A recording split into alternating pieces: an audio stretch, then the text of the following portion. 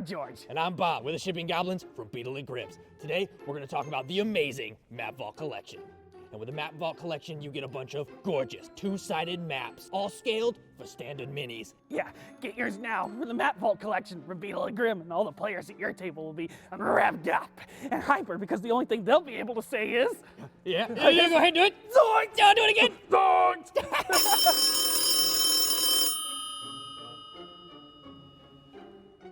Hello? Who do you think you are? Yes, Mr. Lillard. You're just some common. Yes, sir. You can't just go off and use my It's your voice like thing. that. I have rights. Completely. We just thought...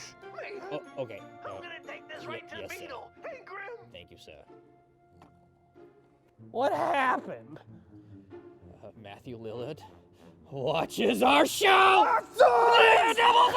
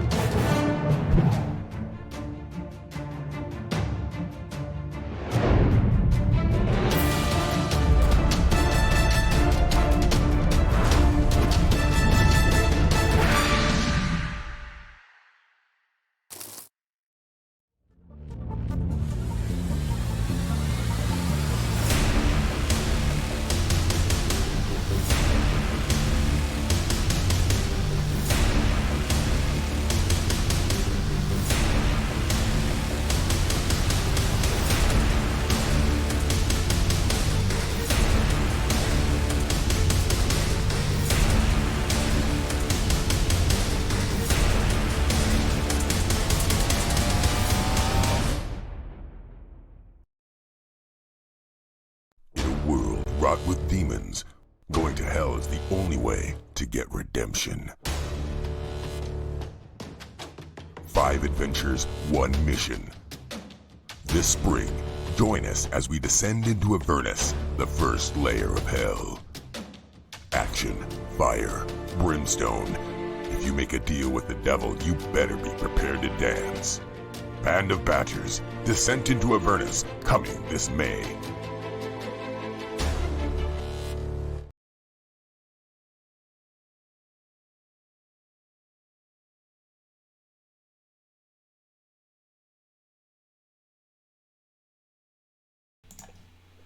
Hello, welcome to Band of Badgers. We're just going to wait and see if we get the sound coming through, but I think we are. Hello, welcome to Band of Badgers.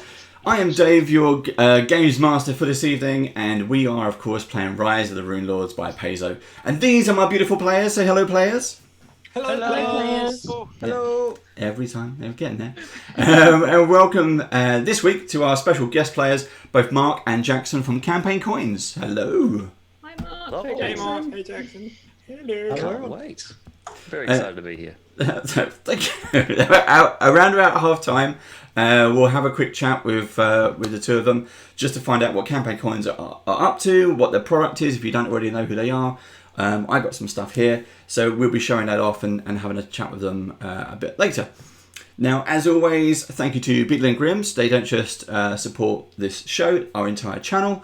And in the box below me, you'll find all our various supporters all over the world with various kind of discounts. They range from 10% to 20%, so do go and check them out. You'll save yourself a few quid. It's well worth doing, so please do that. But if you want to help support us, you can, just by using your Twitch Prime subs. So if you have Amazon Prime, you can subscribe to us for no extra cost to yourself. And Stephen Cloak, I saw you just as the pre-roll was going on. Thank you very much for subbing there. It's very much appreciated, so thank you. That's fine. Now, our other shows we have, today is Thursday, so not tomorrow, we finished that one. Coming soon is our Descent into Avernus. You may have seen that in the pre-roll. That's coming in May. We also have Starfinder new campaign starting in May.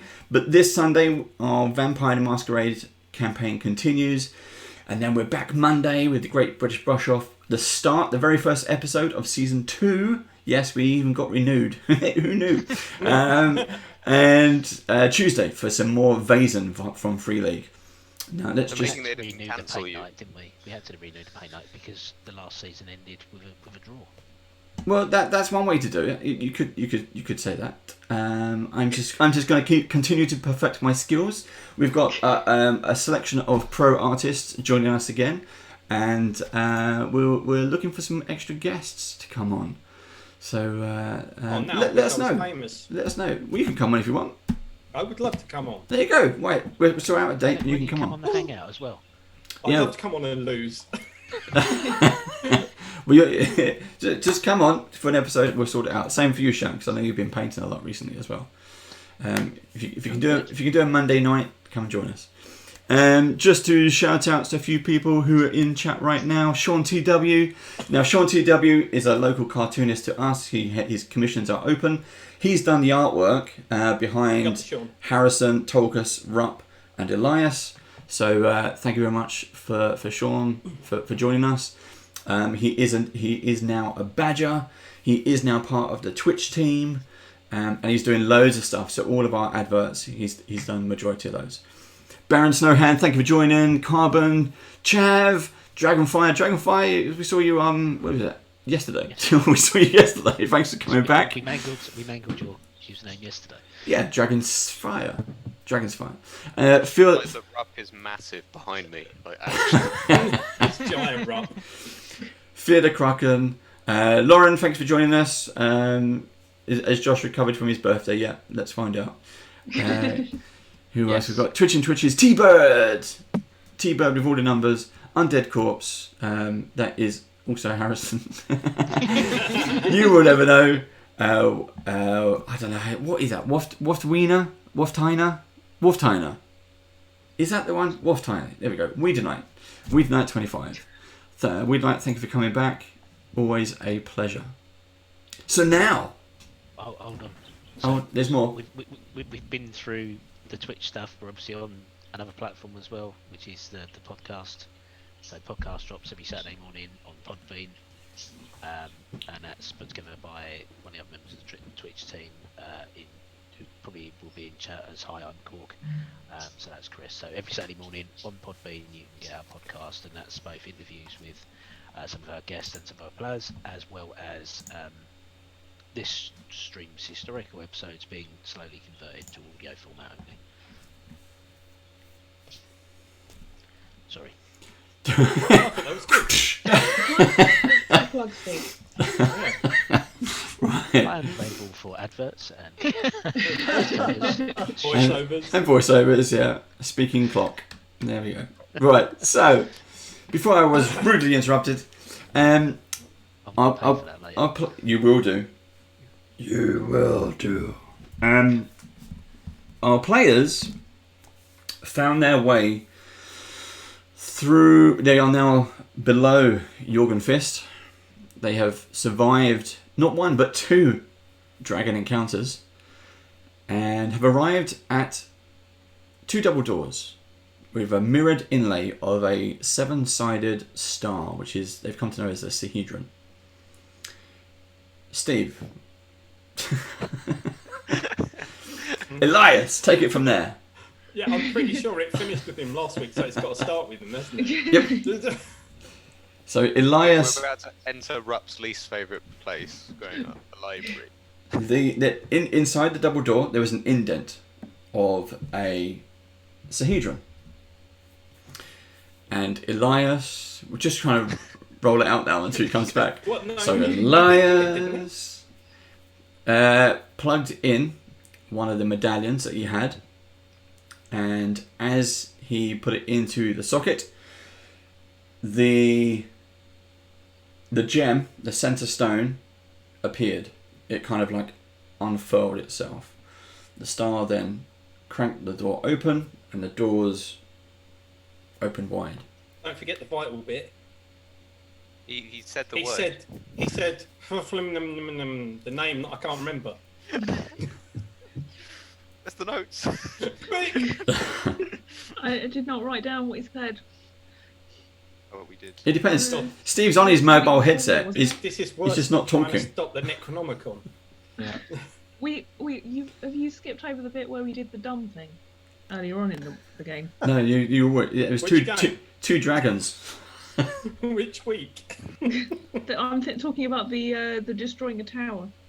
Oh yeah, that was Oh me. yeah, Yeah. we blew up a tower. You did blow The up a tower. 1,000-year-old tower. I don't know who did that. Yeah, hold on. At least No, two of us no, were Harrison. innocent in that. Two of us were innocent in that, fully innocent, weren't we? Who was it? It Yeah. was me and Rupp, I think. Well, Oh, the bad Hey! thing was we said don't do something stupid. So Yeah. we left. That's right. We We distinctly did said something something stupid. stupid. Okay, Elias opens the door and Yeah. so Steve, what do you want to do? You just heard me ramble on there. What do you want to do? I was well prepared for tonight's game. I didn't even have my character, so that's disappointing. Right, Since so August, I folks, said since I said August. the name of the architect. Which is English. What I said at the end of Handyman. last session. Yeah. Quick, someone go to YouTube. Quick. HEENAN. okay. So inside, as the double doors open, you kind of get a chill wind comes through, and it's got a bit of ozone in the air. And what you see is a very resplendent oval room. Big words. It is. What, resplendent or oval? Both for me. Filled. Viasanthi. That was it. Okay, say that again. Viasanthi. Viasanthi. Viosanxi. M-I-C-K-Y M-O-U-S-E. Our wheat bran, our wheat ninny bun. Oh yeah, bar weep bran weep ninny barn. That's always a classic. If anyone can remember that in the chat, you win nothing. Bar weep bran weep ninny barn. If only that was. Actually, no, I'm supposed to be playing some of that soon. So as I'm still waiting for Steve to get settled, but he's found a name at least. Here we go. So as the double mirrored doors open up, you see numerous glowing crystal lanterns that are hung on really fine chains from a domed ceiling, and it reaches something like 60 feet high up above you. It fills this completely circular room with bright light. Think about daylight bulbs. That's what we got.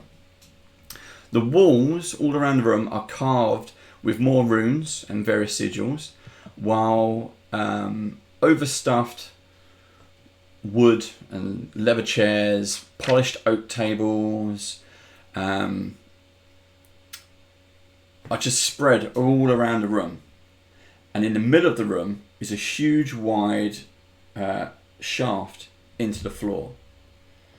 As you look around the room, you see pictures and display cases of items. There are statues of all kinds, giant statues, small statues, human-sized statues. Elias, you recognise a lot of these with Thessalonian markings. What would everybody like to do? Do we think that was the only place you had to say the name, Elias? Well, that was nothing's bad happened so far. that was the only place We haven't he stepped in the told room us yet, out though. on the note. Yes. Okay. Tokus will go in first. Tokus takes a step inside the room. Yeah. Big It brave feels step. cooler. It feels fresh. It feels like you're outside, but you're obviously not. Well, You it's can- nice and cool in here. You can see kind of suits of armor, regal positions. There are crowns, there are gems, there are clockwork, mechanical items that you've never seen before. They're slowly kind of just ticking in glass display units. There's nothing that Rupp could get tempted to put in his mouth, is there? Always. No liquids. Can we see any liquids? No liquids yet. Right. Okay, I'm happy with About the hole in the ground. Yep. So in the centre of the room, imagine a ring donut. Yeah. So you got all this furniture, all the books, all the stuff is around the edges, and in the middle of the floor is a massive hole. And the edges are. It looks like it's man-made, or is it like something's fallen in? Or Oh no, that it's part of the structure. It's man-made. Okay, yeah. So Okay. you're standing in the doorway at the moment. Okay, I'd like to go up. As Tulkas has already gone in, I'll be like, oh, it's safe. I'll put my hand out and stop him. Put my hand out and stop him. Tulkas has already gone. There's no chance of me stopping him. But hold on. Before we go any further, let me just take a look.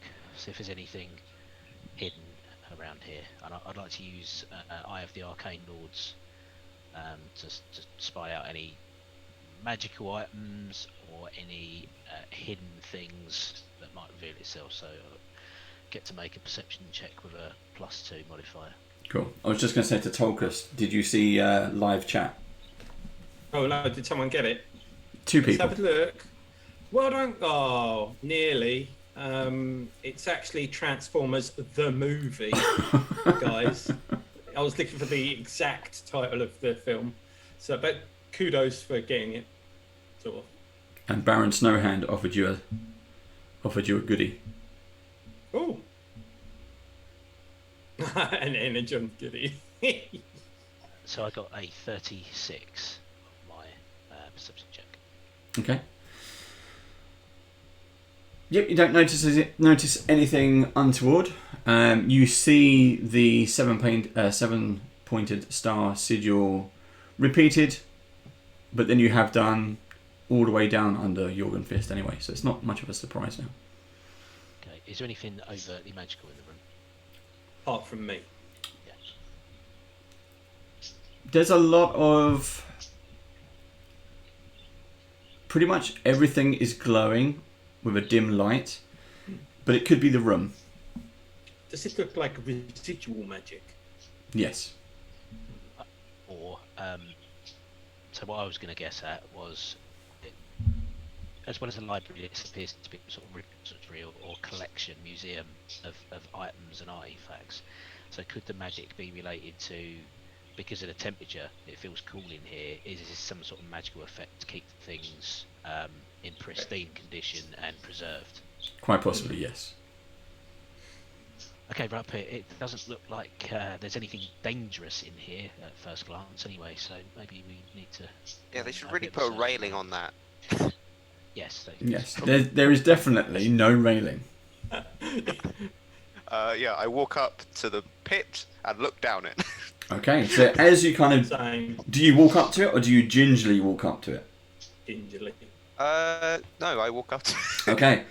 You bravely walk up to the edge. You have no fear of heights. And as you kind of look down, you see kind of ring after ring all the way down the shaft, lined with books.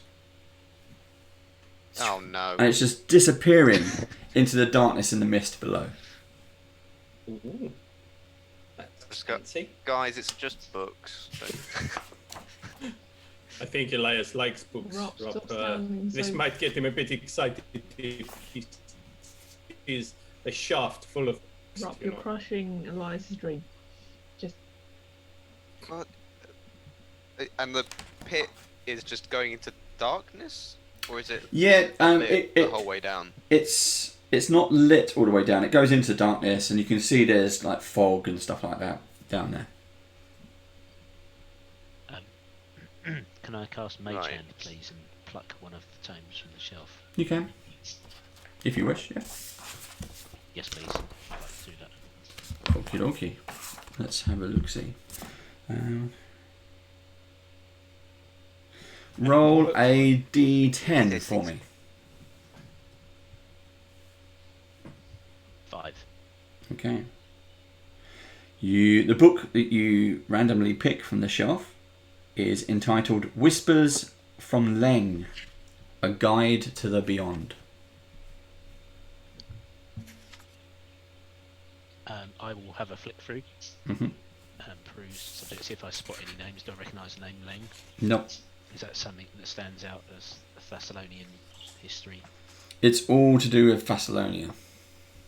Okay.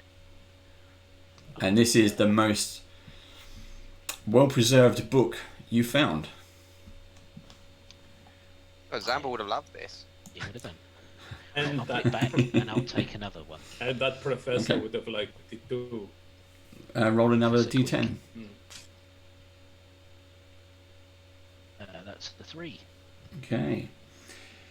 This book is entitled Lord of Wealth, Karzog's Trade and Conquests.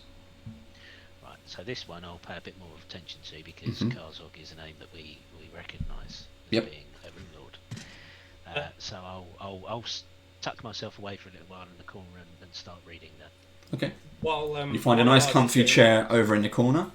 And, yeah. Tokus you is seem going to quite turn happy. to Harrison and say, Harrison, don't take anything, just in case. How dare you accuse me of taking things I don't I- take? Brother, So- I know what you're like. So You we've don't had- resist anything. You like shiny things. We've had That's a Rupp and magpie. Elias. We've had Rupp and Elias go up to the central ring, the pit, the book pit. You've seen I've Elias. looked at the pictures. Yeah, you've seen Elias pluck out a couple of books. Yelena, Harrison, what do you want to do? I'd like to invest one of the clockworky things, if that's okay. Yep. So you go off to the left. Display cases. You see various things made of clockwork. You've never really seen clockwork before. Are they? They're in glass cabinets. They're not like out. Some are on exposed shelves. Some are on plinths with the kind of glass dome. Some are in display cases that you could open up with multiple shelves and multiple items. Can I spend a bit of time looking for anything that kind of particularly takes my fancy more so than anything part of the shelves or cabinets or stuff that Yeah, seems more? You see things which look like hands, skulls, hearts, eyes, all with kind of clockwork moving parts inside them. So nothing really of interest other than just body parts of clockworky nature. Correct. Body parts. Okay. So I'll just head back to the group and just say, there's some clockworky stuff there. Okay, well, you're still looking at that. So, Yelena, what are you up to? I'd probably go and look down the pit as well. Okay. So you've seen Rupp stand there, and you've seen Elias Mage Hand, and Tolkus is there looking for pictures. Looking at the pictures. Didn't you say there was pictures around the edge? I thought you said pictures. Oh, yeah, portraits. Yep, you can continue walking I'm around. going to scout round the edge of the room while Okay. they're all doing their little thing. Do a perception check for me then, please. I will do a perception check. And that is a perception check of, bloody hell, perception's quite high. 33. Okay, fantastic. So, as you take, it's a very idyllic scene. You feel kind of nicely rested in here. It's all very peaceful. And Tolkus, as you do a circuit around this ring donut, something just kind of springs to mind. You almost go, you're kind of 3/4 of the way round, and you see Elias sitting ahead of you, maybe sort of 60 feet ahead, sitting in this kind of big leather armchair, reading these books, completely head in the pages. And something springs to mind where the statue that's next to Elias, of this giant, wasn't his head facing a different direction the first time you walked around? Now the head seems to be looking down. What is it, looking at Elias or? Looking at Elias, or just reading over his shoulder. So kind of like the old eyes follow you in the picture routine, but on a creepier scale. Yep. Right, I will take note of that and act like I haven't seen anything, and slowly make my way back in a nonchalant manner towards Elias. Okay. And as I'm doing that, I'm going to take a little bit of parchment out of my backpack and write on it, "Statue's head moved," and fold it up. And then as I get to Elias, I'll just slip it into his hand. As he's holding the book like that, I'll slip it into his thumb, sort of thing. And then I'll carry on doing like nonchalant, slow circles, like, you know. Yep.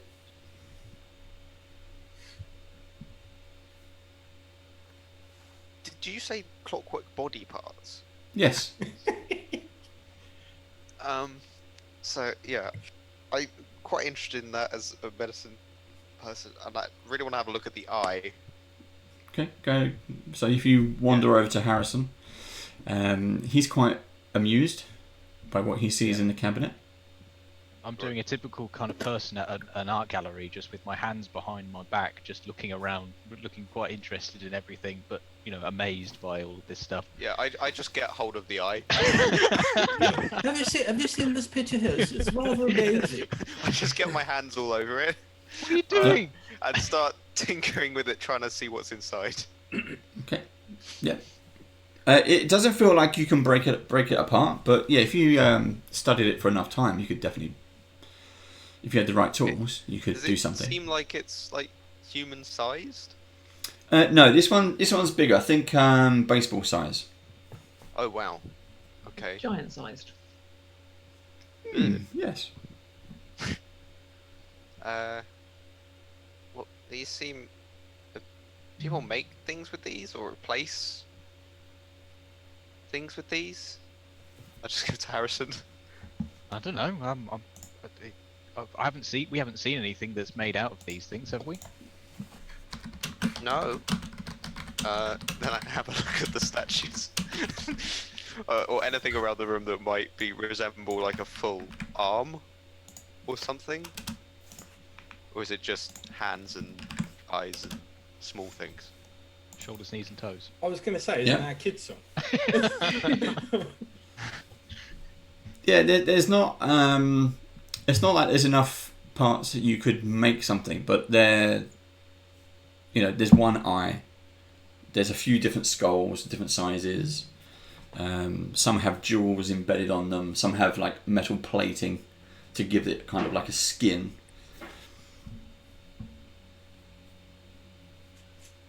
I don't know about you, but I'm a bit creeped out, Harrison. Should we take something for our own purposes? No. Tulka shouts from across the room. I told you not to touch anything! I'll read the note that was slipped into my fingers, please. Okay. What does it say? It says, statue's head moved. And of course, I've been completely oblivious since I picked this book up and started reading it from where I was stood next to the pit to where I eventually stumbled over to the chair. I've probably not noticed that the statue is in fact next to me. So I look up and start looking around the room for this statue where the head's moved. Okay. Until I eventually notice that it's over my left shoulder and then look up. So does anything happen when I do that?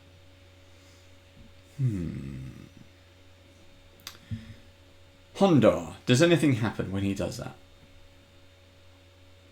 Turn the page. Okay.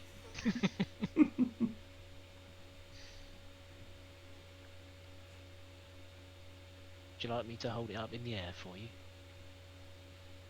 Thanks. I'll hold it up like this, so it's closer to his face. Well, the statue is of a giant, and you're a gnome sitting on a chair. So you might have to get a lot higher. You might need Tolkien for this. I'll recast Mage Hand. Mage Hand can Float it up. up the book Yep. up to a comfortable reading height. I'm awfully sorry. Thanks. I didn't notice you there. How long have you how long have you been standing there for? Sometime. Is there anyone else? A while. Yeah.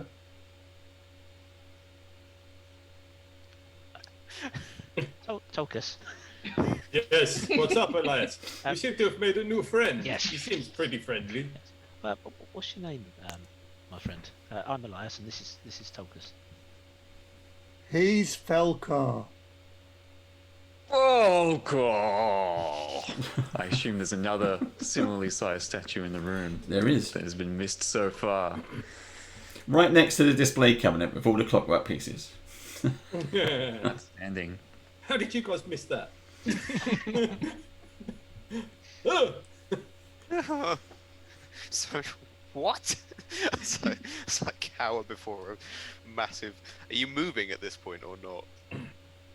Just sitting, just standing and watching. So as you've seen the previous stone giants, this is the claymation stop animation kind of frame as they're kind of looking down and just talking to you.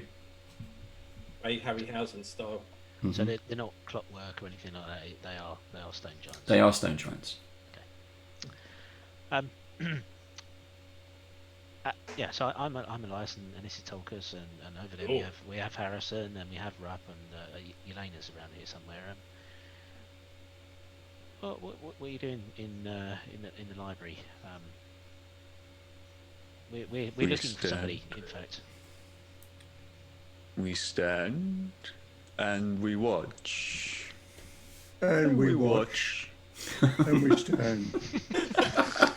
That was brilliant. It's in unison. I love it. Are you guardians by any chance? We are stone giants. Yes. Like Mokmurian at all? Mokmurian. You don't know Mokmurian? We must fight you. Oh, good. Right. Okay. That's great. So yes, we're looking for Mokmurian, and we intend to fight him as well. We are not stoned giants. We are stone giants. We cannot sell you things.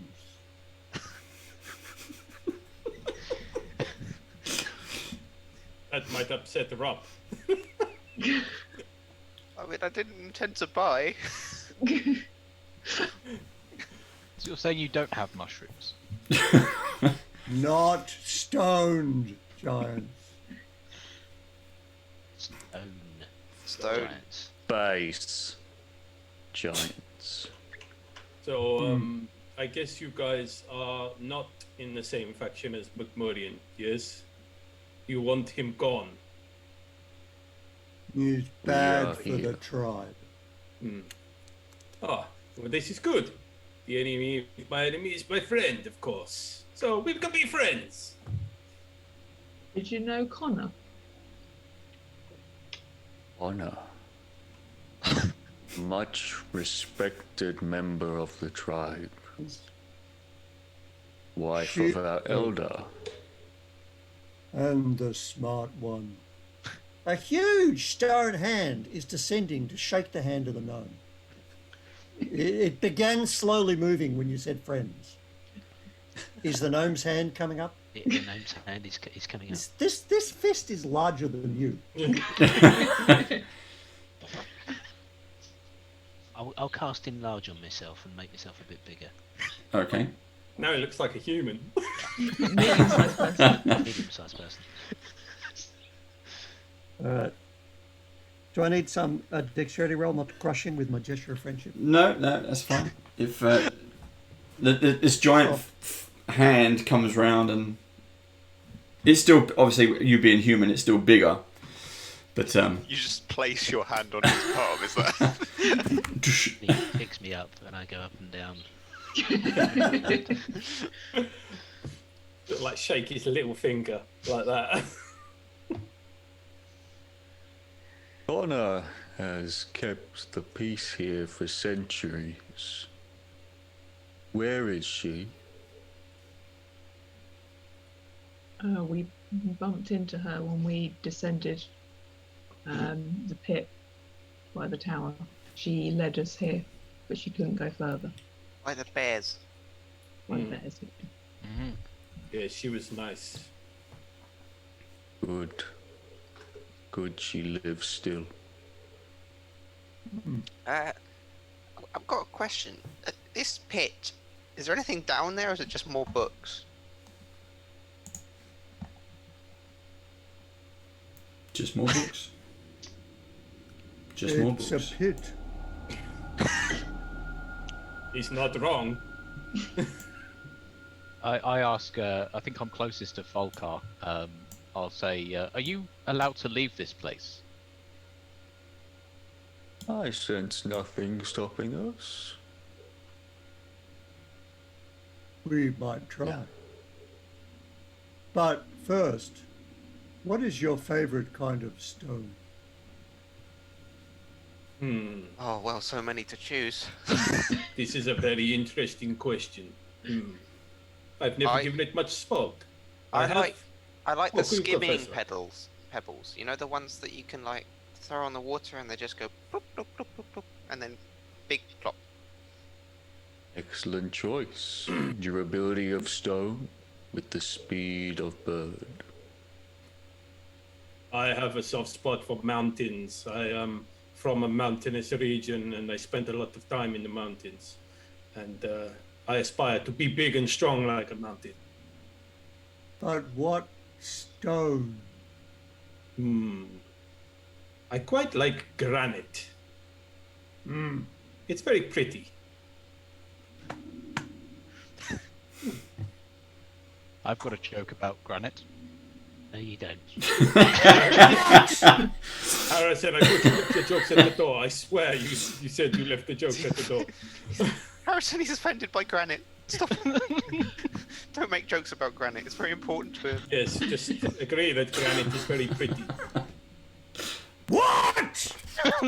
Oh, we love granite. We love No, granite. Stop. it's humour. We use it as humour. You know, like people make fun of us and we make fun of other things. Harrison's not very good at timing his jokes.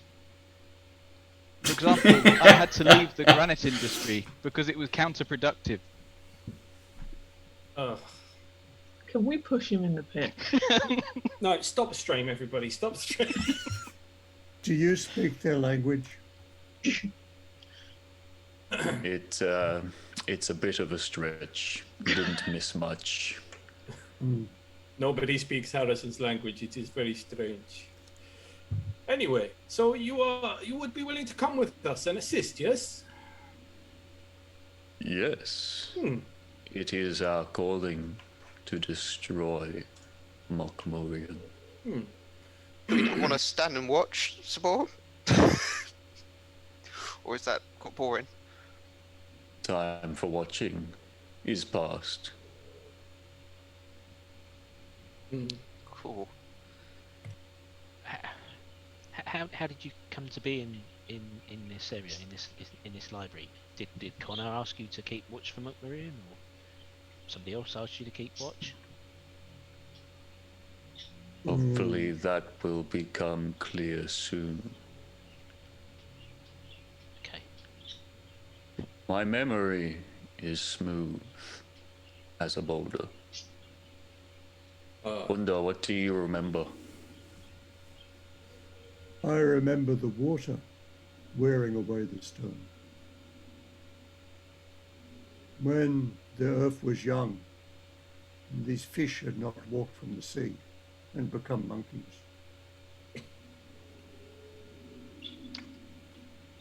That's a long memory. That's very deep as well.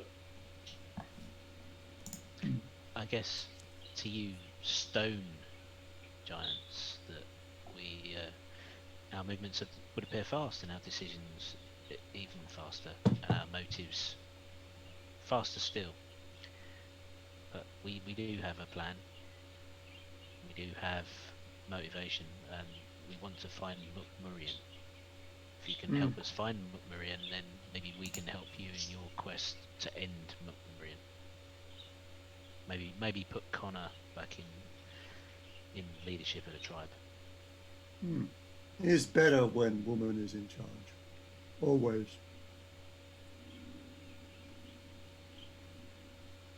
Is there any way out of this chamber? Apart from the way we came in.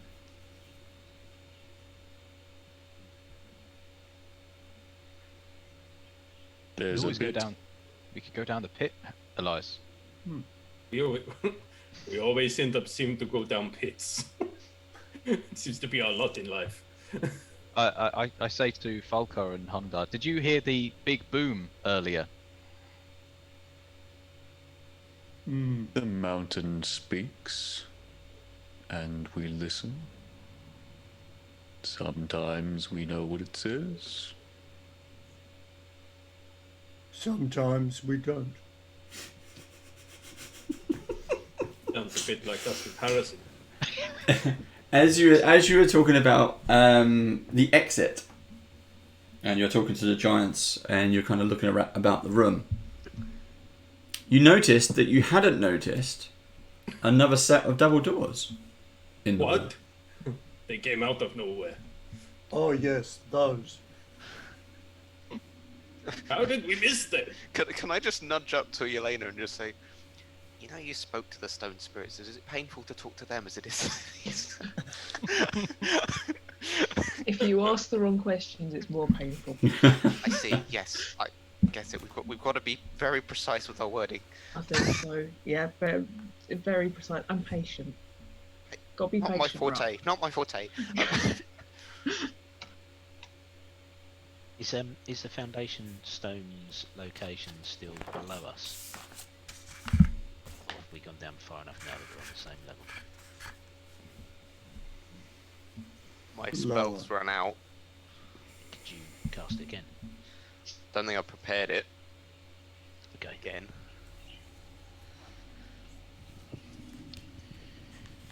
Do we want to dangle Harrison on a rope down the pit? Or do we Yes. just go through the double doors? Yes. I'm gonna take something, just a piece of crap out of my backpack, and drop it down the pit and see if it does anything like stop midair. Like I don't know. Oh, an old torch, because I don't need them anymore. Coin. And I haven't taken out my. Well, that's worth money. What? Did you just throw me away? Drop a piece. I take an old torch because I've got an ever burning torch now, and I haven't removed my old torches from my backpack yet, and just drop it down the pit and see if it stops or anything, or if it just keeps going.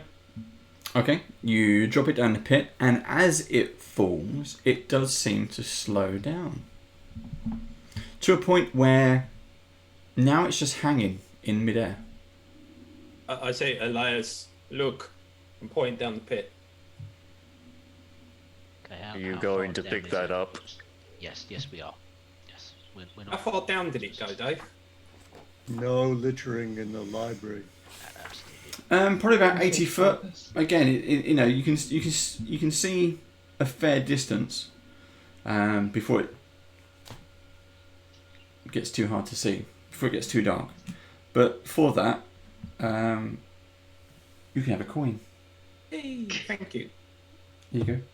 It's beautiful. I take it. Oh, thank you very My much. goodness, that's a fine looking coin. It I is. wish to acquire such a coin. Where would I get such a thing? No, why don't you tell us? At the break. Probably start a search at campaigncoins.com. Campaign coins, treasure-worthy degrading Really? but not that I know. Goodness. My goodness.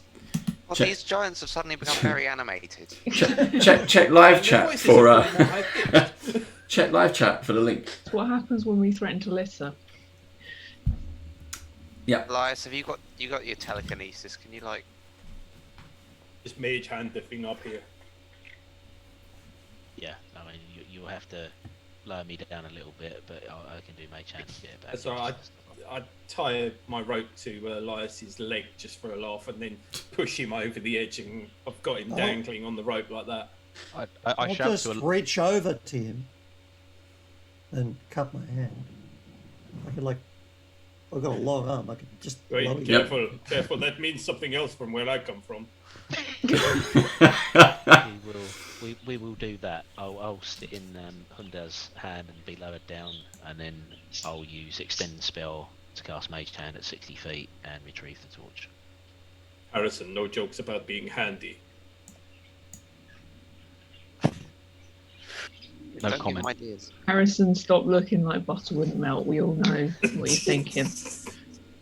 Harrison was actually thinking about potentially dive bombing into the pit to see if it would stop it, but Belly flop.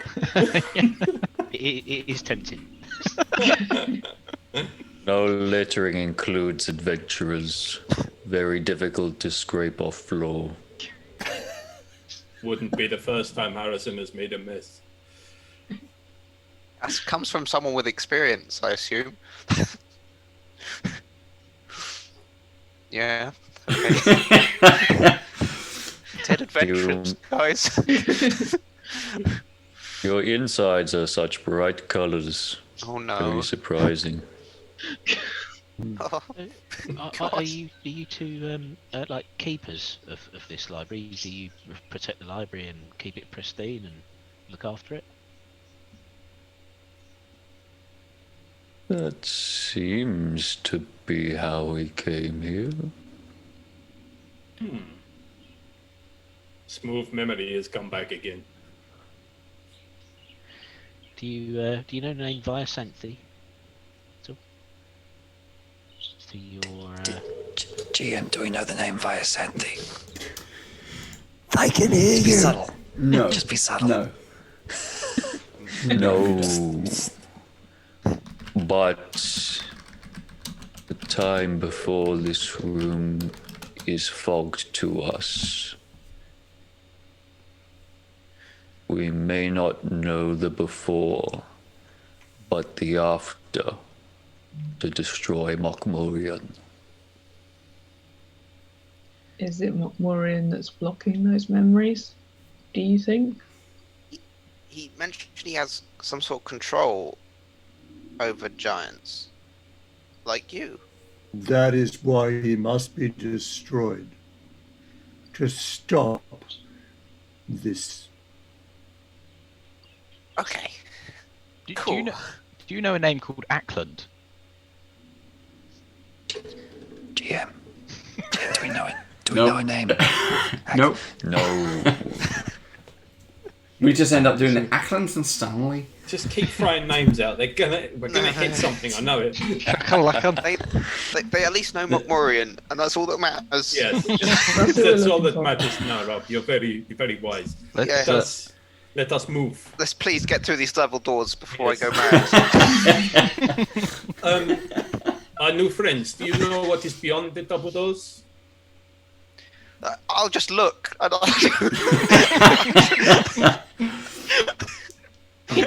Let's ain't give them an gonna hour. postpone.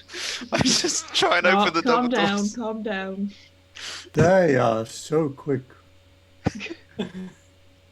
I was going to offer to open it, but Do I get anywhere opening it, or is it too heavy? No, you can burst through the doors if you wish. That's fine. Oh, I just better run after him. slowly open and. I think you were more kind of you just seem to be like, no, I'm gonna go. No, it's just because they're like, what's beyond the double doors? Well, I'll just look. It's fine. Hocus just sticks to Rupp like glue now because it's just like just in case. He's all hyped. Somebody's wound him. They've been overwhelmed. Overwound. Clockwork's getting to me. Yeah.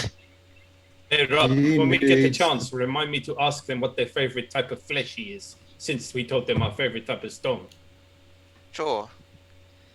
Don't you have that stone to mud spell, Elias? Yes, I do. ew. We're not talking about that, Elias. Don't mention that in front of them. Don't mention. It doesn't turn back to stone, does it? Or is it just a one-way thing? That, sir, is a good question. Stone to mud and then just like crystallizes on them. I can do it both ways. I can turn mud to rock and rock to mud. Cool. What's the double doors here? Okay. So Rupp is obviously frustrated by the conversation and runs off and bursts through the double doors. This is another vast chamber. It might have once have been a lecture hall. So think, huge chamber. There are 4 foot-wide pillars, each carved with various spiraling patterns, runes, which rise up to support a 100-foot-high ceiling. So it's much bigger than this. This is like almost like an antechamber to the main room. Spread through the whole hall in neatly organised stacks and piles are all kinds of arcane materials, from candles, books, scrolls, knives, powders, ingredients. The entire place looks like kind of like a laboratory, classroom, study area, or like storeroom. There are racks of bookcases and shelving with all kinds of jars and powders and all kinds of stuff on. At the west end of the room, there is a wide flight of stairs which rises up to a stone door in the wall. And Laura Bones, thank you for raiding, Laura Bones. Thank you. Yeah, sorry for being quick. It's all right, Rob. We are used to you being quick now. I just try to stick with you as much as I can. I just thought it might be easier if we just looked instead of asking what was behind the double doors, you know. Yes. Do you know the way? Hundar and Volkar, or is it all smooth to you? It is through there. Do you wanna, well, lead the way? Maybe? We will. Is this some sort of ritual chamber? If there's knives and scrolls. Do we recognize the chamber, GM? Yes, you have some kind of memory of this chamber, yes. Did anyone else get a little bit of crackly there? Yep. That was a bit Turned garbled. into a robot for a second there, Dave. Yes, if you can still hear me, it is. Yes. You do have some memory of this room. We have some memory of this room. You said your memory goes back to before before the humans here on Galarian. Do you remember back to the time of Karzog? There are gaps. Mostly remember rain, sun, the wearing of stone. Important things. Yes. Okay. Right, you start to notice. Find Mokmurian. Right, as you're standing in these doorways, and everyone else is in the main library area, you start to see fog, mist, appearing across, just flowing gently past your ankles. As they're talking I assume quite loudly, the stone giants. I just go, guys, hello? It's fog. What's up, Rob? It's fog. Fog? Yeah, you can see the fog slowly rising up now to your knees. There's a dog. No fog. Should we hustle double quick to the stairs to the other door? I think we might need to. I pull out my great axe, Dave, just in case, and make my way over to the stairs. Okay, so as you walk past the double doors, you pass Rupp and Unfiltered Dart. Thank you for following. As you walk past Rupp, you take some big steps, and then notice it's almost as if the fog is pushing you back. It's a bit of a struggle. It's like walking through water. You know, there's a resistance to it, and every step you take, it's like it's getting deeper and deeper. Guys, there is resistance in this fog. It is not natural. Then step over it. Our legs are I not as step long over as it. yours. Okay, so Falcar has walked past Rupp. He's now in the fog. The fog is rising up now past your waist, Rupp, over your belly button, and you can start to feel it. You're not sure if it's just nerves or if it is actually cold. I will cast Fly and fly over to Rupp, pick him up, and we will fly over the top of the fog to the stairs at the other side of the room, please. Okay, so as you get up into halfway across the room, you can see Tolka's kind of struggling to move through. Falcar is halfway in the room as well. You stop in midair. It's like you're being held aloft. So I can't move forwards any further. No, you are just stuck in midair. Can I try flying back the other way? You try, but you don't move. Okay. You are stuck. It's a neat trick. Can we move up and down, or our arms No, or legs? You can. It's not like We're not paralysed. You're not paralysed, but you're stuck in not one falling. Sorry, You're not falling. You're just stuck. Dave, I'll take a swipe at the fog with my axe. Okay. You swipe through. It cuts cleanly. It's fog. And it doesn't leave any sort of like sliced mark or anything. It looks like normal fog, you know, like as in you'd go to slice normal fog, nothing would really happen apart from wind. Yeah. It kind of feel the axe passes through, it kind of backfills in. So as far as it's concerned, it's just normal fog from that point of view, yeah. There is something foul going on here. And then it's not one of Harrison's jokes. You hear a voice coming from somewhere in the room that says, "So, you are the ones who have been causing all this trouble." No trouble. No trouble. You've been a thorn in my side for a while now. If it is Mokmurian that addresses us, then yes, we are the ones that have been a thorn in your side. Yes. That's right. I am Mokmurian. You are Elias, yes? Yes. And you are Rup. Yes.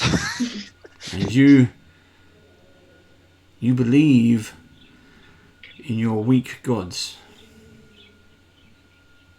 Why don't you pray to them now? See if they will help you. Or even come to your aid. Or even appear. I cast light on my coin just to check. You can cast light and it lights up. He's here. That is a pitiful trick. Watch. And you see candlesticks around the room. Just light. I can create light. No one likes to show off. Ah. You, my lady. You are Yelena. I'm definitely not your lady. Indeed.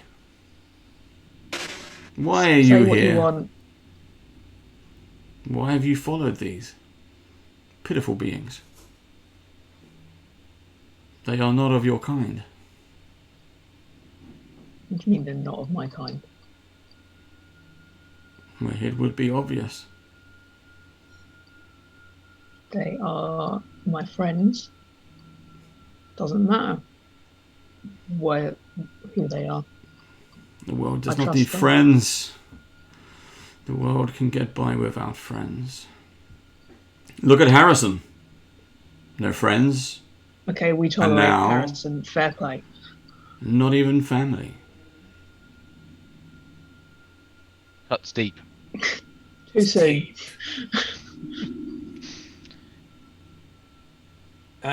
Dave, how far away is the voice coming from? It's all around. You can't tell. I've got a feat called blind fight, which means I can pinpoint things even if I can't see them. Yep. I just have to make a successful DC 5, Do it. Then. and I can actually target anything that I can't even see. Do it. So I won't do it to actually try and attack. I'm just going to do it to try and pinpoint where Yep. it's coming from. And that is a 16 on the dice. He is. The voice is coming from 15 feet to your. Let's say if you're looking ahead, 12. Say 2 o'clock. Right. So I'm going to turn and look exactly in that direction and say, Why don't you show yourself instead of being a coward in the dark? And you see, true bravery comes from the heart. You are Torcus. That is my name. I was listening to you in the other room. My fellow kin here always talk about stone. And you want to embody a mountain. I guess we shall see. Myself strong like a mountain. We shall see what you become. Mokmurian, you waste time with these small folk parlor tricks and gibbering. You betrayed your clan. I have not Now you betrayed must them. die. I have led them to a new beginning. We will take this land back. We will ignore the elders as you blindly follow. And you Falcor, you Hundar, you think you can defeat me, replace me, undo everything I've done? I don't think so. What We have you can done? endure. You can enjoy, and you have. Many centuries you have been here, standing to attention, in a room filled with history, but not able to access it. Pitiful. I agree with Rob. This is boring. Indeed, so let us Thank you. let us You're welcome. let us spice things up a bit. Rune slaves. Attack. What's a rune What do you want, Mokmurian? And you notice on Falcor and Hundar, the runes that are marked on their skin, on their arms, chest, and their heads, all flare with like a red fire as they kind of emblazon. And now you're fighting. So we're gonna take a quick break there. We're gonna have a chat with campaign coins, and then we'll see where this fight goes. It was inevitable. I called it earlier. As soon as they said smooth, but like a boulder before, I was like, yeah, that's it. They got us. Like, Yeah. Didn't mean to though. Not our fault. I knew we should have taken a bit of sandpaper to him before we let him in here. Cool. Right, we're going to take a quick break, and then we'll be back to have a little chat with our guests. All right, see you in a bit. Everybody, I will see you in 5. Bye bye.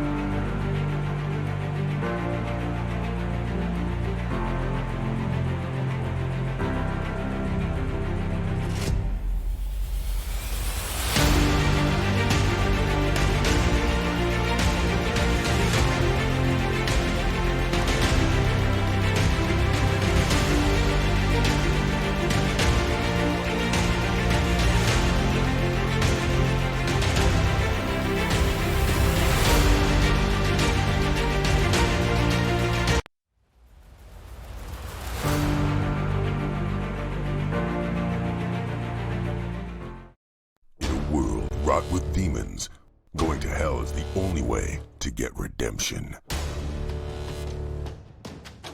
5 adventures, 1 mission. This spring, join us as we descend into Avernus, the first layer of hell.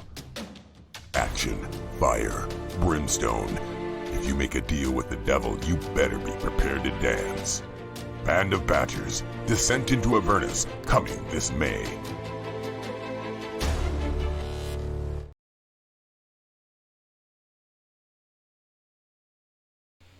Hello, and we're back. Well, we kind of are. Elena's a bit sideways. Let me just quickly fix Elena there. There we go. Da-doing. Da-doing. So, we're going to have a chat with our guests. This is Mark and Jackson from Campaign Coins, based in Australia, if you didn't figure out the accents. I don't know. And make wonderful things like these. Yay! Which, by the way, so I've been talking to Jackson since, I think, before Christmas. My wife bought me a load of these stuff, like 100 quid's worth of your stuff, before she even knew I was talking to you. And then Jackson actually sent me, very kindly, sent me a bunch of, P coins and badges and things like that. So that was extremely nice of you. But tell everyone, if they don't know already, what is Campaign Coins? What do you do? Other than make fantastic, gorgeous items. Like the Devon Rue compass. That's the compass pin. Yes. And I got all my map things. Is what my lovely wife bought me. I can't remember if it's birthday or Christmas. I think it was Christmas actually. Best wife in the world ever. Yep. That was to hold down all my Beetle and Grimm maps. You see, from when we were back at the tables. But these are absolutely gorgeous. They're heavy, which is really nice. And I think what is it? Where's the sextant? I think. Devon Rue is the nicest person and the greatest cartographer as well. Yeah. And Beetle and Grimwise, she's done the redraw of Barovia for the new Curse of Strahd edition. And her maps are on Critical Role. And so she's just someone we got in touch with and said, "You're amazing. Can we do your stuff in metal?" So the main one is the compass. And this is exactly 2 inches across. So you whack it on your map, and then when you say there's smoke from the north, everyone goes, "Oh, that way." So it's very fond of that one. I got the pin version as well as I got the Pathfinder Society coin as well. I got that, the pin badge. But yeah, there's that one. Mm-hmm. Really nice. That's right. You've hit the nail on the head. We make metal things that are heavy because they lend some real weight to role playing. Because if you feel a real kind of heavy metal coin or prop in your hands, then you kind of get a sense for, wow, that's what my character is feeling as well. So hopefully it does some way to stick you into the world, which is what we're all trying to do. We're all trying to escape into another world, and if you've got a piece of that world in your hand, it just feels that much closer. So apart from that's our Pathfinder Hero Point token. Yeah. And Paizo are the loveliest people. Andre started our company, and Andre's known the Paizo crew for years, well over a decade. Mm-hmm. And they helped us out. Our queens live in Seattle. And so we finally wanted to start making some metal things within Galarian in the world. So it was really nice being part of the Pathfinder 2 launch and making these sweet tokens. We've been doing kind of limited edition ones as well, dedicated to the adventure path. So that's my camera's not as good as Dave's, but that's the Extinction Curse one with the circus tent, because everybody wants to run away and join the circus. And I think on the overlay we've got quite a close crop mark, so you'll have to hold it right in front of your face. Right in front of you. Can see. Right. Thanks for the tip. That's great. That's all right. Happy to help. And then my camera goes to shit. But campaigncoins.com, you can see them all there.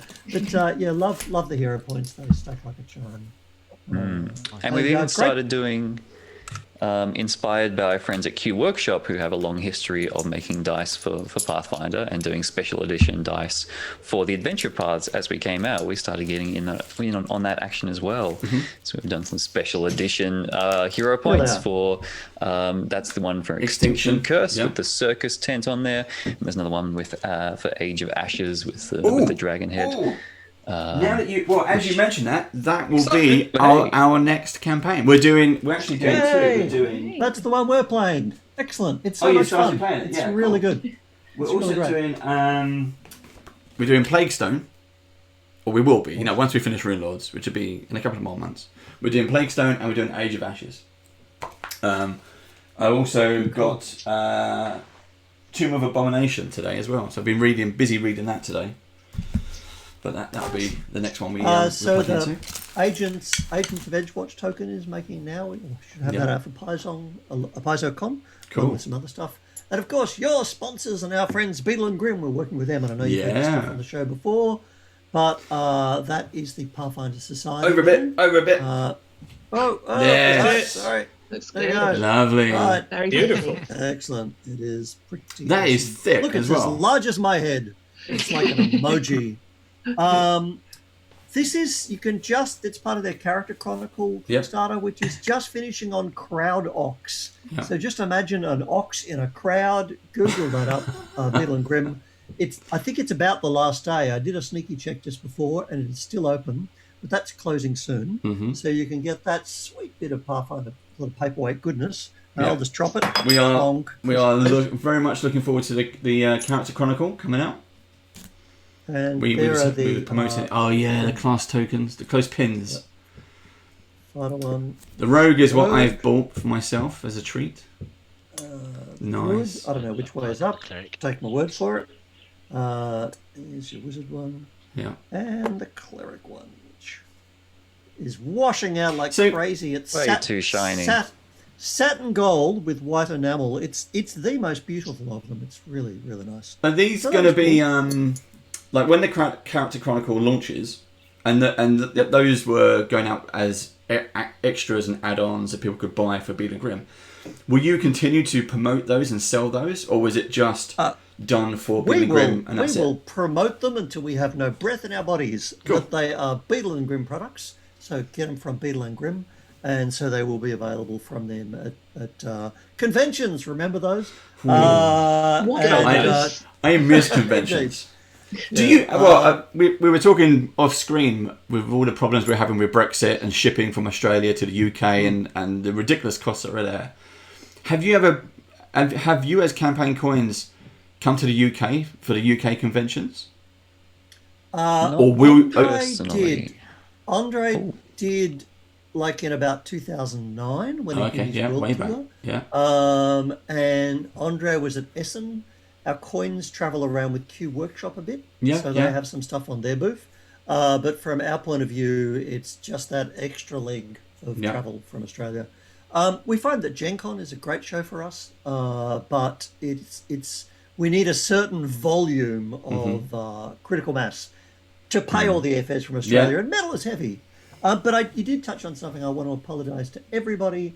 I'm not going to apologise for Brexit because, that's not on me. But I do apologise that we've just had ridiculous problems getting our website to play nice. Because we now have to collect the VAT at our end and then send it back to the UK government. And that works in principle, but then it just goes crazy with all the other tax for all the other countries. So our best people, like all forms of tax. Jackson is our best people working on that. The SparkNotes version is our current website said, do you want to do UK tax or do you want to do Australian tax? Can't have both. And we said, we do need to. So in fact, we're jumping ship entirely from one e-commerce platform to another, which is just why for you. Just for the Brits, so hopefully there'll be a really exciting new shiny website relaunch, I guess, in the coming weeks, and we're really excited about how it looks as well. I think we're going to have a much better job at showing off some of our really nice products and products that perhaps don't get as much press as they should. Our best ever shipping rates. So when we finally get back, you'll kind of get your 20% VAT back in the form of shipping discount, as it were. So as long as it's not on that tanker that got stuck. No, thank goodness. But another thing we've got coming out, which is super cool and very UK, is the lovely John Hodgson. You know him from Middle Earth role playing and the Lone Wolf game and all that stuff. He's got a fantastic new D&D hack called Beowulf. Jackson and I have been playing that on stream. We've just finished season 1. And it's a really good version of 5e for one player and one GM that feels like the kind of sagas. So this is the Beowulf kind of hero inspiration token. They are really nice. Super nice. Well, and there's a compass that goes with that as well. And you can pre-order those directly from John Hodgson, who is not got Brexit problems because he's on your side of the ditch. Right. So that will be our next release. But you can also pre-order them from Handiwork. Yeah, Steve, do some hunting. Let's find a link. If he's this side, then we could get some. That's a nice. I love the compasses. I love the paperweights. It's such a nice idea because regarding this, Banded Badges is a club. Multiple tables, multiple in a big mansion house. We play once a month, and we went from doing minis and cardboard tile dungeon tiles to then having a big widescreen TV and going all digital. To then going, you know what? When I finally got my first platinum box from Beadle and Grimm, and then rolling out these gorgeous printed maps, I was like, no, I want to go back to this. Very tactile, but I wanted something to hold them down. And I think nice. other than buying these kind of like marble sculpted paperweights that you can find on Amazon, I wanted something I could use. And these like compasses were absolutely gorgeous. They're heavy enough that they can hold paper down. They don't go anywhere. They're lumpy on one side, smooth on the other, so they won't dent your paper maps. These were utterly gorgeous. Good job. I like that connection. Yeah. I like that connection when playing. This is our concentration token, and I think I've got one of these. I think I've seen it on the little preview. I'm ready to cast a spell, and I'm concentrating. That's designed by D20 Monkey. Yeah. So I just have that sitting right there on my laptop when I'm playing my wizard, and then I just flip it over when I'm concentrating. So just because we're not sitting together doesn't mean we can't have some cool things to kind of play with. Yeah. But the main thing we do, which is a little bit more table focused, and that is making cash money. So those are the acquisition tokens. And it's just fun to, rather than write your money down, this way Andre started the company, to actually kind of have coins. Which you probably can't see at all. And this is how they come. So I've got, there's a bag of coins there of various sizes, but it's not just random coins. They are, I don't know if you can see that. So that's one side, and you've got a hole in the middle. There's my donut, but the other side, you've got this kind of maze token on there. You've got here's a monetary value. There's an axe, but again there's your maze. We put the denominations on for player convenience. Yep. In the real world, there's no ATM, there's no central banking, there's no Brexit. In the fantasy world, yeah. They're all different shapes. That's also as well. important so that everyone can easily distinguish them by shape. Yeah. The original range, they're all round, and that was too hard to tell them apart. So we break up those midpoints. So we just get better as we go along. Yeah. And the detail we can get in is pretty swell too. And we've gone ahead and put all of these coins, different finishes, different metals and different denominations. We did a whole bunch of maths and figured out some really good starter sets to get you started, because the reason we have denominations is because you don't want to just buy plain old gold coins with no numbers on them, because then if your character has 1,000 gold coins, well, hey, you hand over all your money and we'll give you 1,000 gold coins. We don't want to do that. So we made a coin that has 1,000 on it, and so we did the maths and figured out some good mixes to get you started. So we've got starter sets for Tavern Change, which is a pile of copper and silver coins when you want to buy a room for the night and get some G's. And then we have leveling up, kind of as your character levels up, you can go over to the Market Gold set, which has shopping money, the Dungeon Gold set, which has kind of treasure hoards, and the Rare Treasure set that has some platinum and electrum coins to mix things up. We think we've done a fairly good job of figuring out, how do you get started with playing with coins. And in fact, bashed out some guides on that. There's, if on my website, campaigncoins.com, there's a PDF guide to some ideas about how to use coins in role-playing games, whether that's for money, whether that's for role-playing, tokens, role-playing excuses, and all sorts of neat tricks you can do with them. So and we have, and the coins are also available on Paizo.com. So yes, you can get shipping from there as well. And in fact, they've probably sorted Brexit out because they're a bit bigger than we are. So you can probably order stuff from there. And cool. Live chat Dragonfire was asking, how long is the process from design to production? So the coins are all line art. A lot of them are Australian artists, people I've worked with in the video game industry, or people with Metal on the Way, like D20 Monkey. Devon Rue, of course, with Metal on the Way. She's fantastic. So once the line art hit the desk, then takes us about a week just to sort out how the layers will be done and to do a 3D render. The 3D render doesn't look impressive. It looks like soap, but it just shows you what the sculpting is going to be. Yep. Then about 3 weeks to make a metal sample, and then about 5 weeks to actually... The coins are all die cast. These things are fake. They're not precious metal. We don't hit them with hammers. They're die cast, but that means we can get the most fantastic level of detail. So about 2 months from drawing to finished, or 3 months is a bit more like it. I mean, that's big. That's bigger than a £2 coin. If everyone, that's a giant chocolate button. Cadbury's buttons. There you go. That's the size. Is it a Christmas chocolate coin? There you go. Yeah. It is. Yeah, that the is big one. 50 mil diameter. Yeah. 50 mil, the correct way to measure And that's. things. I'm not going to drop it because I've got a glass desk, but it will break it. But these are heavy. That is solid. They are really, really nice. But yeah, I've been impressed with these. So what's new? What can you tease? Are you working with anyone new at the moment? Yes, we're working with new things all the time. So I think the Beowulf stuff is the new hotness. It's so nice. They're designed by Paul Byrne.